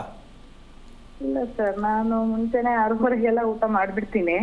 ಅಲ್ಲ, ಓಕೆ, ನೀವು ಎಷ್ಟು ಟೈಮ್ಗಾರ ಊಟ ಮಾಡಿ, ಮಾತಾಡೋ ಅಭ್ಯಾಸ ಇದೆಯಾ ಊಟ ಮಾಡುವಾಗ ಅಂತ ಕೇಳ್ತೀನಿ. ಇಲ್ಲ ಸರ್. ಓಕೆ, ನೀವು ಚಪಾತಿ ತಿಂದರೆ, ದೋಸೆ ತಿಂದರೆ ಎಷ್ಟು ತಿಂತೀರಾ? ನಾನು 2 ತಿನ್ಬೋದು ಅಷ್ಟೇ ಸರ್. 2 ತಿಂತೀರಾ? 2. ಹೌದು. ಓಕೆ, ಈ 2 ಚಪಾತಿಯನ್ನು ತಿಂತಕ್ಕಂಥ ಟೈಮ್ ಎಷ್ಟು? ಮಾರ್ನಿಂಗ್ ಒಂದು 8:30, 9 ತಿಂತೀರಾ? ಮತ್ತೆ ಮಧ್ಯಾಹ್ನ ಊಟ? ಮಾರ್ನಿಂಗ್ ಆಗೋಗುತ್ತೆ. ಮಧ್ಯಾಹ್ನ ಊಟ ತುಂಬಾ ಕಮ್ಮಿ ಸರ್, ಊಟ ಮಾಡಲ್ಲ ನಾನು. ಮಧ್ಯಾಹ್ನ ಊಟ ಮಾಡಲ್ವಾ? ಇಲ್ಲ. ಓಕೆ, ರಾತ್ರಿ ಮಲಗಿದ ತಕ್ಷಣ ನಿದ್ದೆ ಬರುತ್ತಾ ನಿಮಗೆ? ಇಲ್ಲ ಸರ್ ಬರಲ್ಲ. ಇದೇ ತಗೊಳ್ಳಿ, ನೀವು ಹೆಂಗೆ ಉಲ್ಟಾ ಪಲ್ಟಾ ಮಾಡ್ಕೋತಾ ಇದ್ದೀರಾ ಅಂದರೆ, ಮಧ್ಯಾಹ್ನದ ಊಟ ಬಿಟ್ಟರೆ ಕೇಳಿಸ್ತಾ ಇದೆಯಾ? ಹೇಳಿ ಸರ್. ಬೆಳಿಗ್ಗೆ ತಿಂಡಿ ತಿನ್ನೋದು ಏನಕ್ಕೆ ಅಂದರೆ ಮನುಷ್ಯನ ಆಯಸ್ಸಿಗಾಗಿ. ಓಕೆ. ಮಧ್ಯಾಹ್ನ ಊಟ ಮಾಡೋದು ಏನಕ್ಕೆ ಅಂದರೆ ಅಭಿವೃದ್ಧಿಗಾಗಿ. ರಾತ್ರಿ ತಗೊಳ್ಳೋದು ಏನಕ್ಕೆ ಅಂದರೆ ದೇಹದ ಶಕ್ತಿಗಾಗಿ. ಓಕೆ. ಇದು ನಮಗೆ ತಿಳ್ಕೊಂಡಿದ್ರೆ ಯಾವುದೋ ಮಟ್ಟಕ್ಕೆ ಇರ್ತಿದ್ವಿ ನಾವು. ಏನೋ ತಿನ್ನಬೇಕು ಅಂತ ತಿಂತಾ ಇದ್ದೀವಿ. ನೀವು ತುಂಬ ತಪ್ಪು ಮಾಡ್ತಾ ಇದ್ದೀರಾ. ನಿದ್ದೆ ಕ್ವಾಲಿಟಿ ಚೆನ್ನಾಗಿಲ್ಲ, ಉಸಿರಾಟದ ಕ್ರಮ ಚೆನ್ನಾಗಿಲ್ಲ. ಇದರಿಂದ ನಿಮ್ಮ ದೇಹದಲ್ಲಿ ಯಾವ ರೀತಿ ಬೇಕಾದ್ರೆ ನಿಮಗೆ ಮನಸ್ಸಲ್ಲಿ ಭಯ ಬರ್ಬೋದು, ನನಗೇನಾಗ್ಬಿಡುತ್ತೋ ಅಂತಕ್ಕಂಥ ಯೋಚನೆ ಬರ್ಬೋದು. ಇದು ನಿಮ್ಮ ಊಟದ ಕ್ರಮ ಚೆನ್ನಾಗಿಲ್ಲ. ಇದನ್ನು ತಿಳ್ಕೊಂಡ್ರೆ ನೀವು ಯಾವುದೇ ಮೆಡಿಷನ್ ನಿಮ್ಗೆ ಅವಶ್ಯಕತೆ ಇಲ್ಲ. ಓಕೆ. ಫಸ್ಟ್ ಇದನ್ನು ತಿಳ್ಕೊಳ್ಳಿ. ನಿಮ್ಮ ಯಜಮಾನಿಗೆ ಇದೆಲ್ಲ ನಂಬಿಕೆ ಇದೆಯಾ? ಅವರು ಇದನ್ನೆಲ್ಲ ನಂಬಲ್ಲ ಸರ್. ಹಾಗಿದ್ಮೇಲೆ ನೀವು ಹೀಗೆ ಅನುಭವಿಸ್ಬೇಕು, ಏನು ಮಾಡೋಕ್ಕಾಗಲ್ಲ. ಪೂಜೆ ಪುರಸ್ಕಾರ ಅಂತ ನಾವೇ ಮಾಡೋದು ಮನೇಲಿ. ಅಲ್ಲ, ಪೂಜೆ ಪುನಸ್ಕಾರ ಮಾಡಿದ್ರೆ ಮನುಷ್ಯನಿಗೆ ಒಳ್ಳೇದಾಗಲ್ಲ. ಕ್ರಮ ತಿಳ್ಕೋಬೇಕು. ದೇವಸ್ಥಾನದಲ್ಲಿ ಪೂಜೆ ಮಾಡೋ ಪೂಜಾರಿಗೆ ಒಳ್ಳೇದಾಗಿಲ್ಲ, ನಮಗೆಲ್ಲ ಒಳ್ಳೇದಾಗತ್ತೆ. ಪೂಜೆ ಮಾಡೋದ್ರಿಂದ ಒಳ್ಳೇದಾಗಿದ್ರೆ ಎಲ್ಲ ನನ್ನೇ ಕೊಂಡ್ಕೊಂಬಿಡೋರು ದುಡ್ಡು ಕೊಟ್ಟು. ಹಂಗೆಲ್ಲ ಆಗಲ್ಲ. ಕ್ರಮ ತಿಳ್ಕೋಬೇಕು. ಕ್ರಮ ತಿಳ್ಕೊಳಕ್ಕೆ ಪ್ರಯತ್ನ ಮಾಡಿ. ನಿಮ್ಮ ಯಜಮಾನ ನಂಬಿಕೆ ಇಲ್ಲ, ನೀವೇನು ಮಾಡೋಕ್ಕಾಗಲ್ಲ. ಆದರೆ ಏನು ಮಾಡೋಕ್ಕಾಗಲ್ಲ ಅಂತ ಪಾಪ ಯೋಚನೆ ಮಾಡೋಕ್ಕೆ ಹೋಗಬೇಡಿ. ನಿಮಗೆ ಎಷ್ಟು ನೆಮ್ಮದಿ ಬೇಕೋ ಅಷ್ಟು ಟೈಮ್ ಕರೆಕ್ಟಾಗಿ ಊಟ ಮಾಡ್ತಕ್ಕಂಥ ಕ್ರಮವನ್ನು ತಿಳ್ಕೊಳ್ತಕ್ಕಂಥದ್ದು, ಇದೆಲ್ಲ ಮನೆ ಬಗ್ಗೆ ತಿಳ್ಕೊಳ್ತಕ್ಕಂಥ ಪ್ರಯತ್ನ ಮಾಡಿದ್ರೆ ನಿಮ್ಗೊಂದು ಅನುಕೂಲ ಆಗತ್ತೆ. ಯೋಚನೆ ಮಾಡಿದೆ ನಿಮ್ಮ ಯಜಮಾನ ಕನ್ವಿನ್ಸ್ ಮಾಡಿ ನೋಡಿ, ಪ್ರಯತ್ನ ಮಾಡಿ. ಮಕ್ಕಳು, ನಿಮ್ಮ ಕುಟುಂಬಕ್ಕೆಲ್ಲ ಒಂದು ಒಳ್ಳೆಯ ದಾರಿ ಯಾವುದು ಅಂತ ತಿಳ್ಕೊಳ್ಳೋಕೆ ಪ್ರಯತ್ನ ಮಾಡಿ. ಮನೆ ಸರಿ ಇಲ್ಲ, ದೇವ್ರು ಸರಿ ಇಲ್ಲ, ಪೂಜೆ ಸರಿ ಇಲ್ಲ, ಸೆಕೆಂಡ್ರಿ. ಸತ್ಯ ಏನು ಅಂತ ಗೊತ್ತಾಗಬೇಕು ಅಂದರೆ ನೀವು ತಿಳ್ಕೊಳ್ಳೋಕೆ ಪ್ರಯತ್ನ ಮಾಡಿ. ಒಳ್ಳೆಯದಾಗಲಿ. ಧನ್ಯವಾದಗಳು ಕರೆ ಮಾಡಿದ್ದಕ್ಕೆ. ಗುರುಗಳೇ, ಮುಖ್ಯವಾದಂಥ ವಿಷಯ ಎಲ್ಲರೂ ಕೂಡ ಕಾಯ್ತಾ ಇರ್ತಾರೆ. ಆ ಒಂದು ಮಂತ್ರಕ್ಕಾಗಿ ಅಭಿವೃದ್ಧಿ ಅನ್ನೋದು ಮಕ್ಕಳನ್ನ ಯಾವುದೋ ಶಾಲೆಗೋ ಕಾನ್ವೆಂಟ್ಗೋ ಸೇರಿಸಿದ್ರೆ ಸಿಗಲ್ಲ ಅಂತ ನೀವು ಹೇಳಿದಿರಾ. ಈಗ ಎಲ್ಲರೂ ಕೂಡ ವೀಕ್ಷಕರು ಅದಕ್ಕೆ ಕಾಯ್ತಿದ್ದಾರೆ. ಆ ಮಂತ್ರದ ಬಗ್ಗೆ ಹೇಳ್ಬೋದಾ? ಈಗ ನಾವು ಮನೆ ಅಂತಕ್ಕಂಥ ವಿಷಯಕ್ಕೆ ಬಂದಾಗ ಮನೆ ಚಿತ್ರ ಒಂದ್ಸಲ ನೋಡ್ಬೋಣ.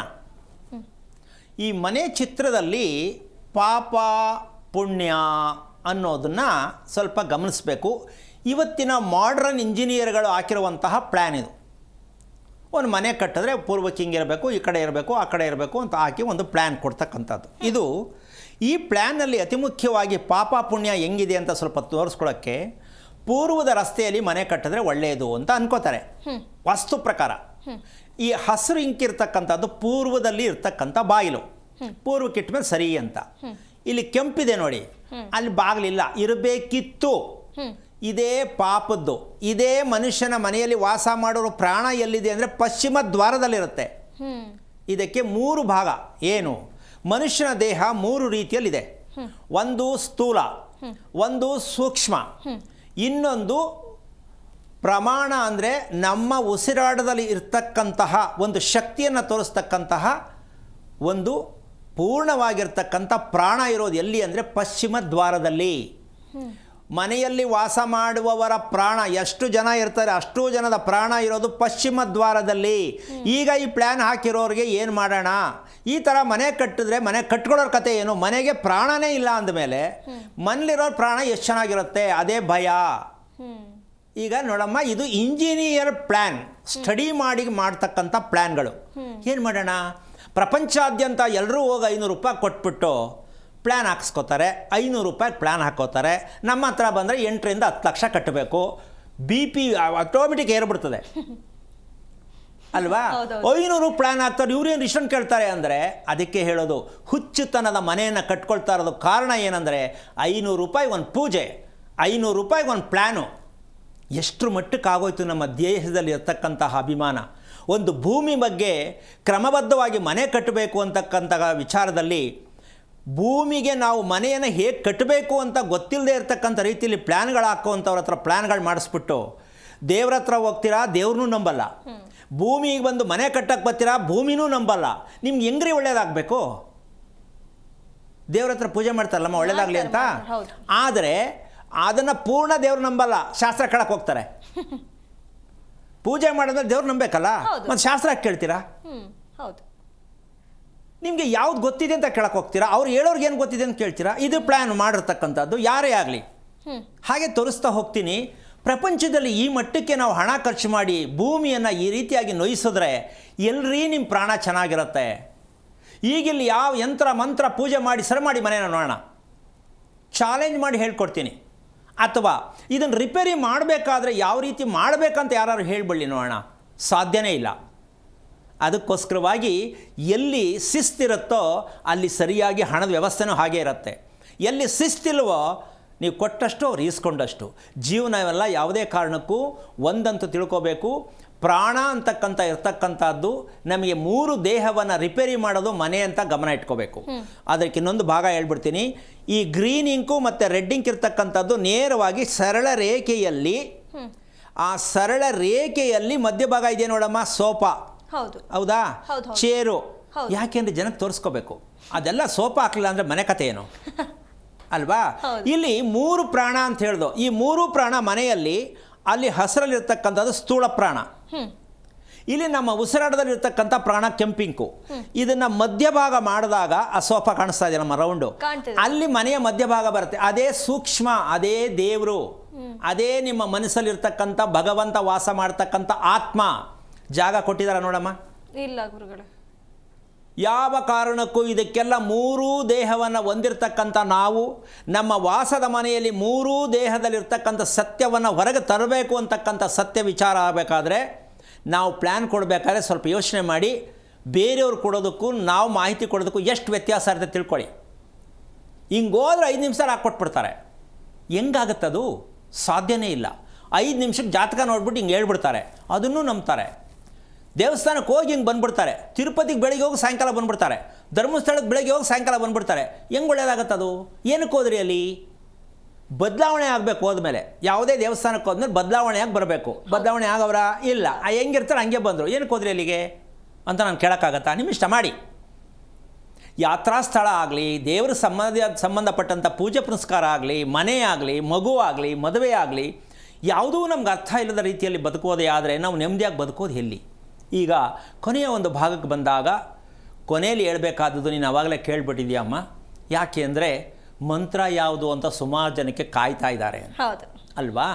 ಅದಕ್ಕೋಸ್ಕರವಾಗಿ ಒಂದು ವಿಷಯ ಏನು ತಿಳ್ಕೋಬೇಕು ಅಂತಂದರೆ, ನೈಸರ್ಗಿಕವಾಗಿರ್ತಕ್ಕಂತಹ ಸಮತೋಲನವಾಗಿರ್ತಕ್ಕಂತಹ ಶಕ್ತಿ ಆ ಮಗುಗಾಗಲಿ ದೊಡ್ಡವ್ರಿಗಾಗಲಿ ಇದ್ದಾಗ, ಕೆಲವರು ನೋಡು ಇಷ್ಟು ಮಗು ತಿನ್ನಕ್ಕೆ ತಿಂತಾರೆ, ನೋಡೋಕ್ಕೂ ಚೆನ್ನಾಗಿರ್ತಾರೆ, ಎಲ್ಲವೂ ಚೆನ್ನಾಗಿರುತ್ತೆ. ಕೆಲವ್ರು ನೋಡು 8 ಇಡ್ಲಿ 12 ಚಪಾತಿ ತಿನ್ನೋರು ಇರ್ತಾರೆ, ಅವ್ರನ್ನ ಮಾತಾಡ್ಸೋಕ್ಕಾಗಲ್ಲ, ಮೇಲೆ ಬಿದ್ದುಬಿಡ್ತಾರೆ ಅಲ್ವಾ? ಇದು ಮನುಷ್ಯನ ಆಹಾರ ಪದ್ಧತಿ ಅಲ್ಲ. ಮನುಷ್ಯನ ಆಹಾರ ಪದ್ಧತಿ ಅಲ್ಲವೇ ಅಲ್ಲ. ಹಂಗಂದ ಕಮ್ಮಿ ತಿಂದ ತಕ್ಷಣ ಚೆನ್ನಾಗೋಗುತ್ತೆ ಅಂತ ಅನ್ಕೋಬೇಡಿ. ಈಗ ಅಮ್ಮ ಫೋನ್ ಮಾಡಿದ್ರಲ್ಲ, ಚಪಾತಿ ತಿನ್ಬಿಟ್ರೆ ಮಧ್ಯಾಹ್ನ ಊಟ ಮಾಡಲ್ಲ ಅಂತ. ನಿದ್ದೆ ಹೆಂಗೆ ಬರುತ್ತೆ? ನಿದ್ದೆ ಹೆಂಗೆ ಬಂದಿಲ್ಲ ಅಂದಮೇಲೆ ಇನ್ನು ಹೊಟ್ಟೆ ಒಳಗಡೆ ಕ್ಲೀನ್ ಆಗೋದು ಇಲ್ಲ. ಕ್ಲೀನ್ ಯಾವಾಗ ಆಗಿಲ್ಲ ಅಂದರೆ ಹೆಂಗೆ ಚೆನ್ನಾಗಿರ್ತಾರೆ? ಇದನ್ನು ಎಲ್ಲ ಕೇಳ್ತಾರ, ಪಾಪ ನೀವೇನೇನು ಮಾಡ್ತಾ ಇದ್ದೀರಾ ಅಂತ ನಾವೇ ಡೀಟೇಲ್ಸ್ ಕೇಳೋದು. ಹಾಗಾಗಿ ಇಲ್ಲಿ ಮಾಡಬೇಕಾಗಿರ್ತಕ್ಕಂಥ ಅತಿ ಮುಖ್ಯವಾದ ಭಾಗ ಏನಪ್ಪ ಅಂದರೆ, ನಾವು ತಿಳ್ಕೊಳ್ಬೇಕಾಗಿರ್ತಕ್ಕಂಥದ್ದು ಅಷ್ಟಾಕ್ಷರಿ ಮಂತ್ರ, ಪಂಚಾಕ್ಷರಿ ಮಂತ್ರ ಅಂತ ಗೊತ್ತಿದೆ. ಈ ಪಂಚಾಕ್ಷರಿ ಯಾವುದು ಅಂದರೆ ಕರ್ಮವನ್ನು ತೊಳೆಯೋದು. ಪರಮೇಶ್ವರನಿಗೆ ಸಂಬಂಧಪಟ್ಟಂಥದ್ದು ಪಂಚಾಕ್ಷರಿ ಮಂತ್ರ. ಜೀವನದಲ್ಲಿ ನೆಮ್ಮದಿ, ಆರೋಗ್ಯ, ಖುಷಿ ಇದೆಲ್ಲ ಬರಬೇಕಾದ್ರೆ ಅಷ್ಟಾಕ್ಷರಿ ಮಂತ್ರ. ಇದು ಸಾಮಾನ್ಯ ಗೊತ್ತಿರ್ತಕ್ಕಂಥ ವಿಷಯನೇ. ಈಗ ಅದನ್ನು ಹೇಳ್ಕೊಂಡ ತಕ್ಷಣ ಸಾಕಷ್ಟು ಜನಕ್ಕೆ ಹೇಳ್ತಾರೆ, ನಾನು ಪಂಚಾಕ್ಷರಿ ಹೇಳ್ತೀನಿ, ಅಷ್ಟಾಕ್ಷರಿ ಹೇಳ್ತೀನಿ, ದ್ವಾದಶಾಕ್ಷರಿ ಹೇಳ್ತೀನಿ, ಅವರವರ ಅನುಕೂಲಕ್ಕೆ ತಕ್ಕಂತೆ ಪ್ರಣವಾಕ್ಷರವನ್ನು ಹೇಳ್ತೀನಿ, ನಾನು ಪ್ರಣವ ಮಂತ್ರವನ್ನು ಹೇಳ್ತೀನಿ, ಒಂದೇ ಅಕ್ಷರದಲ್ಲಿರ್ತಕ್ಕಂಥದ್ದು. ಈ ರೀತಿಯೆಲ್ಲ ಅಂದ್ಕೊಂಡಿದ್ದೀವಿ. ಅವ್ರಿಗೆ ಎಲ್ಲೂ ಉತ್ತರ ಸಿಕ್ಕಿಲ್ಲ, ಸಿಗೋದೂ ಇಲ್ಲ. ಏನು ಮಂತ್ರ ಹೇಳ್ತೀನಿ ಅನ್ನೋದು ತಪ್ಪಾ ಅಥವಾ ಹೇಳಬಾರ್ದಾ, ಹೇಳಬೇಕಾ? ಇಲ್ಲಿ ಪ್ರಶ್ನೆ ಉದ್ಭವ ಆಗುತ್ತೆ. ಇಲ್ಲಿ ಅಷ್ಟಾಕ್ಷರಿ ಮಂತ್ರಕ್ಕೆ 8 ಅಕ್ಷರ ಬರುತ್ತೆ, ಪಂಚಾಕ್ಷರಿಗೆ 5 ಅಕ್ಷರ ಬರುತ್ತೆ. ಇದು ಗೊತ್ತಿರುವಂಥ ವಿಚಾರ. ಈಗ ನಾವು ತೆಗೆದುಕೊಳ್ಳುವ ಉಸಿರಾಟ ಅಷ್ಟಾಕ್ಷರಿ ಮಂತ್ರವಾಗಿರಬೇಕು. ನಾವು ತೆಗೆದುಕೊಳ್ಳುವ ಉಸಿರಾಟ ಅಷ್ಟಾಕ್ಷರಿ ಮಂತ್ರವಾಗಿರಬೇಕು. ನಾವು ಹೊರಗೆ ಹೋದಂಥ ಉಸಿರಾಟ ಮತ್ತೆ ವಾಪಸ್ ಬರುತ್ತಲ್ಲ, ಅದು ಪಂಚಾಕ್ಷರಿ ಮಂತ್ರ ಆಗಿರಬೇಕು. ಈಗ ಮಂತ್ರ ಹೇಳಬೇಕಾ, ಉಸಿರಾಡಬೇಕಾ? ಉಸಿರಾಡಬೇಕು. ನೋಡಿ ನಮ್ಮ ದೇಶ ನೋಡ್ರಿ ಎಷ್ಟರ ಮಟ್ಟಿಗೆ ಅಭಿವೃದ್ಧಿವಂತ ಇದ್ದೀವಿ ನಾವು. ಮಂತ್ರ ಹೇಳಿ ಹೇಳಿ ಕೇಳಿ ಕೇಳಿ, ಆದರೆ ಮಂತ್ರವನ್ನು ನಾವು ಯಾವುದೇ ಕಾರಣಕ್ಕೂ ಆ ಮಟ್ಟಕ್ಕೆ ಬಳಸಕ್ಕೆ ಹೋಗಬಾರ್ದು. ಎಲ್ಲರೂ ಮಂತ್ರ ಹೇಳೋರೆ, ಪುಸ್ತಕ ಸಿಗತ್ತೆ ಅಂಗಡೀಲಿ ತಗೊಂಡ್ರೆ, ಏನು ಬೇಕು ಹೇಳದ್ದೇ ಹೇಳಿದ್ದು, ದಿನ ಅಷ್ಟೋತ್ರ ಹೇಳಬೇಕು ಅಂತಾರೆ. ಅವ್ರು ಮಾತಾಡ್ಸರೆ ಕೋಪ ಹುಚ್ಚಿ ಬಂದ್ಬಿಡುತ್ತೆ. ಯಾರು ಮಂತ್ರಗಳನ್ನು ಮನೆಯಲ್ಲಿ ಪಠನೆ, ಅದರಲ್ಲೂ ಹೆಂಗಸರುಗಳು ಏನಾದ್ರು ಮಂತ್ರ ಹೇಳ್ಕೊಂಡು ಪುಸ್ತಕ ಹಿಡ್ಕೊಂಡು ಕೂತು ಬಿಟ್ರೆ ಅವರು ಬರೀ ರೋಗಿಗಳೇ. ಇದನ್ನು ಬೇಕಾದ್ರೆ ನಾನು ಸಾಬೀತುಪಡಿಸಿ ತೋರಿಸ್ತೀನಿ. ದಿನ ನೀವೇನು ಮಂತ್ರ ಪಠನೆ ಮಾಡ್ತೀರಾ, ವಯಸ್ಸಾಗಿರಲಿ ವಯಸ್ಸಾಗದೇ ಇರಲಿ, ಮದುವೆ ಆಗೋರಾಗಲಿ ಮದುವೆ ಆಗಿರೋರಾಗಲಿ, ಪುಸ್ತಕಗಳನ್ನ ಯಾರು ದೇವ್ರ ಮನೇಲಿ ಇಟ್ಕೊಂಡು ಗಂಟೆಗಟ್ಟಲೆ ಕೂತ್ಕೊಂಡು ಮಂತ್ರ ಹೇಳ್ತೀರಾ, ಮಕ್ಕಳು ಚೆನ್ನಾಗಿರಲ್ಲ, ನಿಮ್ಮ ಆರೋಗ್ಯ ಚೆನ್ನಾಗಿರಲ್ಲ. ತಪ್ಪಾಗಿ ಅರ್ಥ ಮಾಡ್ಕೋಬೇಡಿ. ಯಾಕೆ ಅಂದರೆ ಮಂತ್ರ ಹೇಳೋಕ್ಕೆ ನಮಗೆ ಅಧಿಕಾರ ಇಲ್ಲ. ಮಂತ್ರವನ್ನು ಕೇಳಿಸ್ಕೋಬೇಕು, ಹೇಳೋದಲ್ಲ, ಮನನವಾಗಬೇಕು. ನಿಮಗೆ ಹೇಳೋಕ್ಕೆ ಯಾರು ಗುರುಗಳು, ಎಲ್ಲಿದ್ದಾರೆ ಗುರುಗಳು? ಹಾಗಂತ ಗುರುಗಳು ಹೇಳ್ಕೊಟ್ಟ ತಕ್ಷಣ ಹೇಳ್ಬಹುದಾ? ಸಾಧ್ಯನೇ ಇಲ್ಲ. ಗುರುಗಳಿಗೆ ಈ ಮೂಲ ಗೊತ್ತಿರಬೇಕಲ್ಲ. ಮಂತ್ರ ಪಠನೆ ಮಾಡ್ತಕ್ಕಂಥವ್ರು ಯಾರು ಯಾರು ಮಂತ್ರ ಪಠನೆಯನ್ನು ಮಾಡಬೇಕು? ಡಾಕ್ಟ್ರಿಗೂ ಓದೋಕ್ಕೂ ಪುಸ್ತಕ ಓದ್ಬಿಟ್ಟು ಡಾಕ್ಟ್ರ್ ಆಗ್ಬೋದು. ನಾವು ಆ ಪುಸ್ತಕ ತಗೊಂಡು ಡಾಕ್ಟ್ರ್ ಹಾಕಾಗುತ್ತೆ ನಮ್ಮ ಅಲ್ವಾ? ಹಾಗೆ ಅಡುಗೆ ಮಾಡೋಕ್ಕೂ ಪುಸ್ತಕ ತಗೊಂಡ್ರೆ ಅಷ್ಟೇ ಕತೆ, ಅಡುಗೆ ಕತೆ ಮುಗೀತು. ಇವತ್ತೇನ್ರಿ ಎಲ್ಲ ಸಿಗತ್ತೆ, ಮೊಬೈಲ್ ಒತ್ತಿದ್ರೆ ಅದೇನೋ ಗೂಗಲ್ ಬಡಿದ್ರೆ ಎಲ್ಲ ಬರುತ್ತೆ, ಅಲ್ಲೂ ಜ್ಯೋತಿಷ್ಯ ತಿಳ್ಕೊಂಬಿಡ್ಬೋದು. ಹಿಂಗಾಗಿ ನಾವು ನಾಶ ಹೊಂದುತ್ತಾ ಇದ್ದೀವಿ. ಕಾರಣ ಯಾವನೋ ಕೂತ್ಕೊಂಡು ಹೇಳ್ತಾನೆ, ಏನೋ ಅವನ ಅನುಭವ ಹೇಳ್ತಾನೆ, ಅದನ್ನು ತೊಗೊಂಡು ನೀವು ಬದುಕಕ್ಕೆ ಹೋಗ್ತೀರಾ. ಅವನು ಹೇಳ್ದವನು ಚೆನ್ನಾಗಿರಲ್ಲ, ನೀವು ಚೆನ್ನಾಗಿ ಹೇಳ್ದವನು ಏನಾರು ಆಗಿರಲ್ಲ, ನಿಮ್ಮ ಕತೆ ಹೇಳಿ. ಅವ್ರು ಹೇಳ್ಬಿಟ್ರು ನೀವು ಮಾಡಿಬಿಟ್ರಿ. ವ್ರತಗಳನ್ನ ಮಾಡ್ತೀವಿ, ಅವ್ರು ಹೇಳ್ಕೊಟ್ಟದನ್ನು ಮಾಡ್ತೀವಿ, ಏನಾಗಿದೆ ಏನೂ ಆಗಿಲ್ಲ. ಮತ್ತು ಹಾಗಿದ್ದ ಮೇಲೆ ನಾವೇನು ಮಾಡಬೇಕು?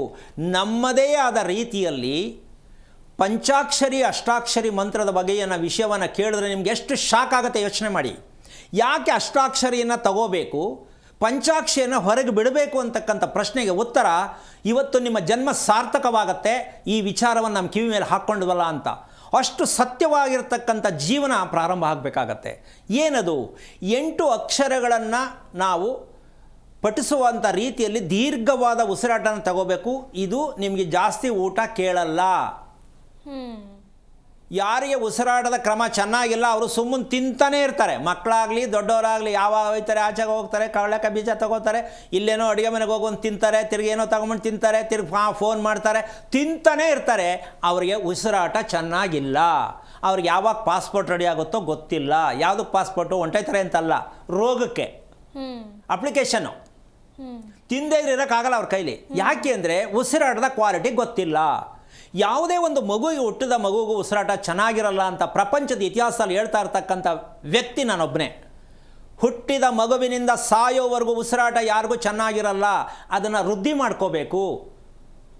ವೃದ್ಧಿ ಮಾಡ್ಕೊಳ್ಳೋದು ಹೇಗೆ ಅಂತ ತಿಳ್ಕೋಬೇಕು. ಯಾರು ಹೇಳ್ತಾರೆ ನಿಮಗೆ? ಎಲ್ಲಿ ಹೇಳ್ತಾರೆ? ಯಾವ ಮೆಡಿಕಲ್ ಇದೆ ಇದು? ಯಾವ ಜ್ಯೋತಿಷ್ಯ ಹೇಳ್ತಾರೆ? ಯಾಕೆ ಚಾಲೆಂಜ್ ಮಾಡಿ ನಾನು ವಿಚಾರಗಳನ್ನ ಹೇಳ್ತೀನಿ ಅಂದರೆ, ಹೆಂಗ್ರಿ ಬದುಕೋದು? ಬದುಕಿನ ಮೌಲ್ಯಗಳು, ನಮ್ಮ ಪ್ರಾಣ ಅಂತಕ್ಕಂಥದ್ದು, ಜೀವ ಅಂತಕ್ಕಂಥದ್ದು, ಇದಕ್ಕೆ ಜೀವವಿದ್ಯೆ ಅಂತ ಹೇಳ್ತೀವಿ. ನಮಗೆ ಜೀವ ಇದೆ ಅಲ್ವಮ್ಮ? ಇದೆ ಗುರು. ಆ ಜೀವಕ್ಕೋಸ್ಕರ ನೀವೇನು ತಿಳ್ಕೊಂಡಿದ್ದೀರಾ? ಅದರಲ್ಲಿ ಪಂಚಾಕ್ಷರಿಯಲ್ಲಿ 5 ಅಕ್ಷರ, ಅಷ್ಟಾಕ್ಷರಿಯಲ್ಲಿ 8 ಅಕ್ಷರ. ಈ 5 ಅಂತಕ್ಕಂಥದ್ದು ಕಡಿಮೆ ಆಯಿತು, ಉಸಿರಾಟ ಬಿಡೋದು. 8 ಅಂತಕ್ಕಂಥದ್ದು 3 ಅಕ್ಷರದ ಪ್ರಮಾಣ ಜಾಸ್ತಿ ಆಯಿತು. ಇದು ಮನುಷ್ಯನಿಗೆ ಕೊಡ್ತಕ್ಕಂಥ ಶಕ್ತಿ. ಇದಕ್ಕೆ ನೈಸರ್ಗಿಕವಾಗಿರ್ತಕ್ಕಂಥ ಉಸಿರಾಟ. ಅವರು ಯಾವಾಗಲೂ ದೇವರ ಥರ ಆಹಾರ ಸ್ವೀಕಾರ ಮಾಡ್ತಾರೆ. ಸಿಕ್ಕದ್ದೆಲ್ಲ ತಿನ್ನೋಕ್ಕೋಗಲ್ಲ. ಏನು ತಿನ್ನಬೇಕು ಅದನ್ನೇ ತಿಂತಾರೆ. ರುಚಿ ಕೇಳಲ್ಲ. ದೇಹಕ್ಕೆ ಬೇಕಾದ ಊಟನೇ ಮಾಡ್ತಾರೆ. ಯಾರು? ಉಸಿರಾಟವನ್ನು ಕ್ರಮಬದ್ಧವಾಗಿ ಆಡ್ತಕ್ಕಂಥ ಮಗುವಾಗಲಿ ದೊಡ್ಡವರಾಗಲಿ. ಗಂಡ ತಿನ್ನೋದು ಹೆಂಡ್ತಿಗೆ ಇಷ್ಟ ಆಗಲ್ಲ, ಹೆಂಡ್ತಿ ತಿನ್ನೋದು ಗಂಡ ಇಷ್ಟ ಆಗಲ್ಲ. ಎಷ್ಟೋ ಜನ ಹೇಳ್ಕೊತಾರೆ, ಏನು ಸ್ವಾಮಿ ನಮ್ಮ ಹೆಂಡ್ತಿ ಸುಮ್ಮನೆ ತಿಂತಿರ್ತಾಳೆ ಅಂತ ಪಾಪ ಹೇಳ್ತಾರೆ. ಬೇಜಾರಾಗತ್ತೆ ಹೆಂಡ್ತಿಗೆ. ಏನು ನನ್ನ ಗಂಡ ತಿನ್ನೋದು ಇನ್ನೊಬ್ರ ಹತ್ರ ಹೋಗಿ ಹೇಳ್ತಾರಲ್ಲ. ಅಥವಾ ಎಷ್ಟು ಅವಮಾನ ಆಗುತ್ತೆ ಸ್ವಲ್ಪ ಯೋಚನೆ ಮಾಡಿ. ಯಾಕಂದ್ರೆ ತಿನ್ನಲೇಬೇಕು, ಇಲ್ಲ ಅವ್ರ ಸಮಾಧಾನ ಆಗಲ್ಲ. ನೀವು ಬುದ್ಧಿ ಹೇಳಿದ್ರೆ ಕಮ್ಮಿ ಮಾಡ್ತಾರಾ? ಇಲ್ಲ. ಅದೇ ಥರ ಮಕ್ಕಳು ಕೂಡ ಸುಮ್ಮನೆ ತಿಂತಾನೆ ಇರ್ತಾರಲ್ಲ, ಅವ್ರ ಉಸಿರಾಟ ಚೆನ್ನಾಗಿರಲ್ಲ, ಪದೇ ಪದೇ ಹುಷಾರು ತಪ್ತಾ ಇರ್ತಾರೆ. ನೀವು ಪದೇ ಪದೇ ಕರ್ಕೊಂಡು ಹೋಗ್ತಾ ಇರಬೇಕು. ಜ್ವರ ಬರ್ತದೆ ಸ್ವಾಮಿ, ಕೆಮ್ಮು ಬರುತ್ತೆ ಸ್ವಾಮಿ, ಶೀತ ಬರುತ್ತೆ ಸ್ವಾಮಿ. ಏನ್ರಿ ಕರ್ಮಗಳಿದು? ಈಗ ಅರ್ಥ ಆಯ್ತಲ್ಲ?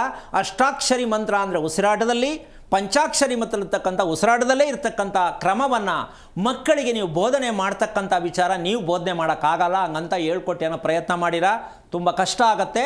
ನೀವೇ ಮಾಡೋಕ್ಕಾಗಲ್ಲ ಅಂದರೆ ಮಕ್ಕಳಿಗೆ ಹೇಳ್ಕೊಡಕ್ಕೆ ಹೋಗಬೇಡಿ. 3ನೇ ಸಲ ಹೇಳ್ತಾ ಇದ್ದೀನಿ, ಪ್ರಯೋಗ ಮಾಡೋಕ್ಕೆ ಹೋಗಬೇಡಿ. ಹೇಳ್ದ ಸಕ್ಕಂತ ಏನೋ ಮಾಡೋಕ್ಕೆ ಹೋಗ್ಬಿಡ್ತೀರಾ, ದಯವಿಟ್ಟು ಮಾಡೋಕ್ಕೆ ಹೋಗಬೇಡಿ. ಅದಕ್ಕೆ ಕ್ರಮ ಇದೆ. ಯಾವಾಗ ಮಾಡಬೇಕು, ವ್ಯಕ್ತಿ ಹೇಗಿರಬೇಕು, ವಯಸ್ಸೆಷ್ಟು, ಸ್ಥಳ ಹೇಗಿದೆ. ಮೊದಲನೇದಾಗಿ ನಿಮ್ಮ ಮನೆಯಲ್ಲಿ ಬಾಗಿಲು 2 ಇದೆಯಾ, ಇದ್ದರೆ ಪಾಪ ಪುಣ್ಯ ಕರ್ಮ ಅಲ್ಲೇ ತೊಳೆಯೋದು. ಮೊದಲು ಪ್ರತಿಯೊಬ್ಬರು ತಿಳ್ಕೊಳ್ಳಿ, ನಿಮ್ಮ ಮನೆಯಲ್ಲಿ 2 ದ್ವಾರ ಇದೆಯಾ. ಈಗ ಅವ್ರು ಹೇಳಿದ್ರು ದಕ್ಷಿಣಕ್ಕೆ ರಸ್ತೆ, 3 ಡೋರು. ಈ ಕಿತ್ತೋದು ಕಮೆಂಗಳು ಹೇಳ್ಕೊಡೋದನ್ನ, ಉತ್ತರಕ್ಕೆ ದುಡ್ಡು ಬರ್ತದೆ, ಉತ್ತರಕ್ಕೊಂದು ಮಡಗು. ಪೂರ್ವಕ್ಕೆ ಹೋದರೆ ಎಲ್ಲ ಕೆಲಸ ಸಕ್ಸಸ್ ಆಗುತ್ತೆ, ಪೂರ್ವಕ್ಕೊಂದು ಮಡಗು.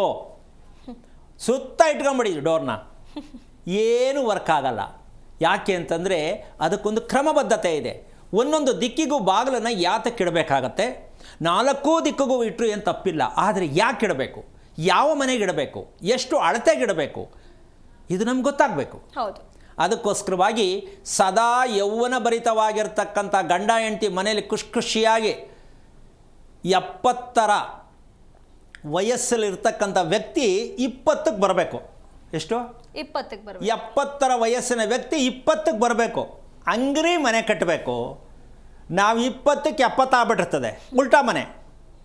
ಊಟದ ಬಗ್ಗೆ ನೈಸರ್ಗಿಕವಾಗಿರ್ತಕ್ಕಂಥ ಸಮತೋಲನವಾಗಿರ್ತಕ್ಕಂಥ ಉಸಿರಾಟವನ್ನು ನಾವು ಕೊಡೋದೇ ಆದರೆ, ತಿಳಿಯೋದೇ ಆದರೆ, ತುಟಿಯನ್ನು ಬಿಚ್ಚದೆ, ಜಾಸ್ತಿ ಮಾತಾಡದೆ, ಮೌನವಾಗಿ ಆಚರಣೆಗೆ ತರುವಂತಹ ಇದು ಒಂದು ಪೂರ್ಣವಾಗಿರ್ತಕ್ಕಂಥ ಜೀವಕ್ಕೆ ಮಾಡಬೇಕಾಗಿರ್ತಕ್ಕಂಥ ಒಂದು ಸಂಕಲ್ಪ. ಭಗವಂತ ಉಸಿರಾಟದಲ್ಲಿದ್ದಾನೆ ಅಂತ ಒಪ್ಕೊಳ್ಳಿ. ಎಷ್ಟೋ ಜನಕ್ಕೆ ಗೊತ್ತೇ ಇಲ್ಲ, ದೇವರು ಇಲ್ಲವನೇ ಅಂತ ಅಲ್ಲಿ ಗುದ್ಕೋತೀರ. ಇದು ಬಿಡಿ. ಇದನ್ನು ಪ್ರತ್ಯಕ್ಷವಾಗಿ ಯಾವುದೇ ವಿಚಾರ ಹೇಳಿದ್ರು ಪ್ರೂಫ್ ಮಾಡಿ ಹೇಳಬೇಕು. ಅಲ್ಲದೆ ಇಲ್ಲದೆ ಗುಡಿ ಇಲ್ಲದೆ ಗೋಪುರದಲ್ಲಿದೆ ಇದೆಲ್ಲ ಹೇಳಕ್ಕೆ ಹೋಗಬಾರ್ದು. ಭಗವಂತ ಎಲ್ಲವೂ ಕೂಡ ಎಲ್ಲ ಜಾಗದಲ್ಲಿ ಇರ್ತಾನೆ ಅಂತ ಹೇಳ್ತೀವಿ. ಆದರೆ ಆ ಭಗವಂತನ ರೂಪಿಸೋಕ್ಕೆ ನಮ್ಗೆ ಗೊತ್ತಿಲ್ಲ ಅಂದರೆ ಈ ಮಂತ್ರದ ಸತ್ಯವನ್ನು ತಿಳ್ಕೊಂಡು ನಿಮ್ಮ ಮಕ್ಕಳನ್ನ ರಕ್ಷಣೆ ಮಾಡ್ತಕ್ಕಂಥದ್ದು, ಅಭಿವೃದ್ಧಿ ಮಾಡ್ತಕ್ಕಂಥ ವಿಚಾರಕ್ಕೆ ಯಾವ ತಂದೆ ತಾಯಿ ಇದಕ್ಕೆ ಪ್ರಯತ್ನ ಮಾಡ್ತಾರೋ ಆ ಮಕ್ಕಳ ಬಗ್ಗೆ ಈಗ ಅಮ್ಮ ಹೇಳಿದ್ರು 13 ವರ್ಷಕ್ಕೆ ತಿರುಗಿ ಮಾತಾಡ್ತಾರೆ ಅಂತ. ಈ ಥರದ ಮಕ್ಕಳು ಪ್ರಪಂಚಾದ್ಯಂತ ಇದ್ದಾರೆ. ಹೆಣ್ಣಾಗಲಿ ಗಂಡಾಗಲಿ ತಂದೆ ತಾಯಿಗೆ ತಿರುಗಿ ಬೀಳುವಂಥ ಮಕ್ಕಳಿದ್ದಾರೆ ಅಂದರೆ ನಿಮ್ಮ ಮಕ್ಕಳನ್ನು ಅಭಿವೃದ್ಧಿ ಮಟ್ಟಕ್ಕೆ ತಗೊಂಡು ಹೋಗೇ ಇಲ್ಲ. ಅದು ನಿಮ್ಮ ದುರ್ದೈವದ ಸಂಗತಿ. ಪ್ರಯತ್ನ ಮಾಡಿ, ಆದಷ್ಟು ಮಟ್ಟಕ್ಕೆ ತಿಳ್ಕೊಳ್ಳೋ ಪ್ರಯತ್ನ ಮಾಡಿ ಅಂತ ಹೇಳ್ತಾ ಕಾರ್ಯಕ್ರಮ ಮುಗಿಸ್ತಾ ಇದ್ದೀನಿ. ಜೈ ಶ್ರೀರಾಮ್. ಗುರುಗಳೇ, ಇಷ್ಟೊತ್ತು ನಮ್ಮೊಂದಿಗೆ ಕಾರ್ಯಕ್ರಮದಲ್ಲಿ ಭಾಗಿಯಾಗಿ ಇಷ್ಟೆಲ್ಲ ವಿಷಯಗಳನ್ನು ತಿಳಿಸಿಕೊಟ್ಟಿದ್ದಕ್ಕೆ ತಮಗೆ ಧನ್ಯವಾದಗಳು. ನೋಡಿದಳ ವೀಕ್ಷಕರೇ, ಇದಾಗಿತ್ತು ಇವತ್ತಿನ ವಿಶೇಷ. ನೋಡ್ತಾ ಇರಿ ಜಿ ಕನ್ನಡ ನ್ಯೂಸ್, ಸತ್ಯವೇ ಸುದ್ದಿಯ ಜೀವಾಳ. ಹೆಚ್ಚಿನ ಮಾಹಿತಿಗಾಗಿ ಸಂಪರ್ಕಿಸಿ ಶ್ರೀಮಾನ್ ಶ್ರೀ ಪುರುಷೋತ್ತಮ್ ದೇಶಿ ಗುರೂಜಿ, ಶ್ರೀ ಧರ್ಮ ಮಾರ್ಗ ಕಚೇರಿ, ನಂಬರ್ 532, ಮಲಥಳ್ಳಿ ಮುಖ್ಯ ರಸ್ತೆ, ಬೆಂಗಳೂರು 560056. ಸಂಪರ್ಕಿಸಿ 9148639933, 8618915231, 91082588834.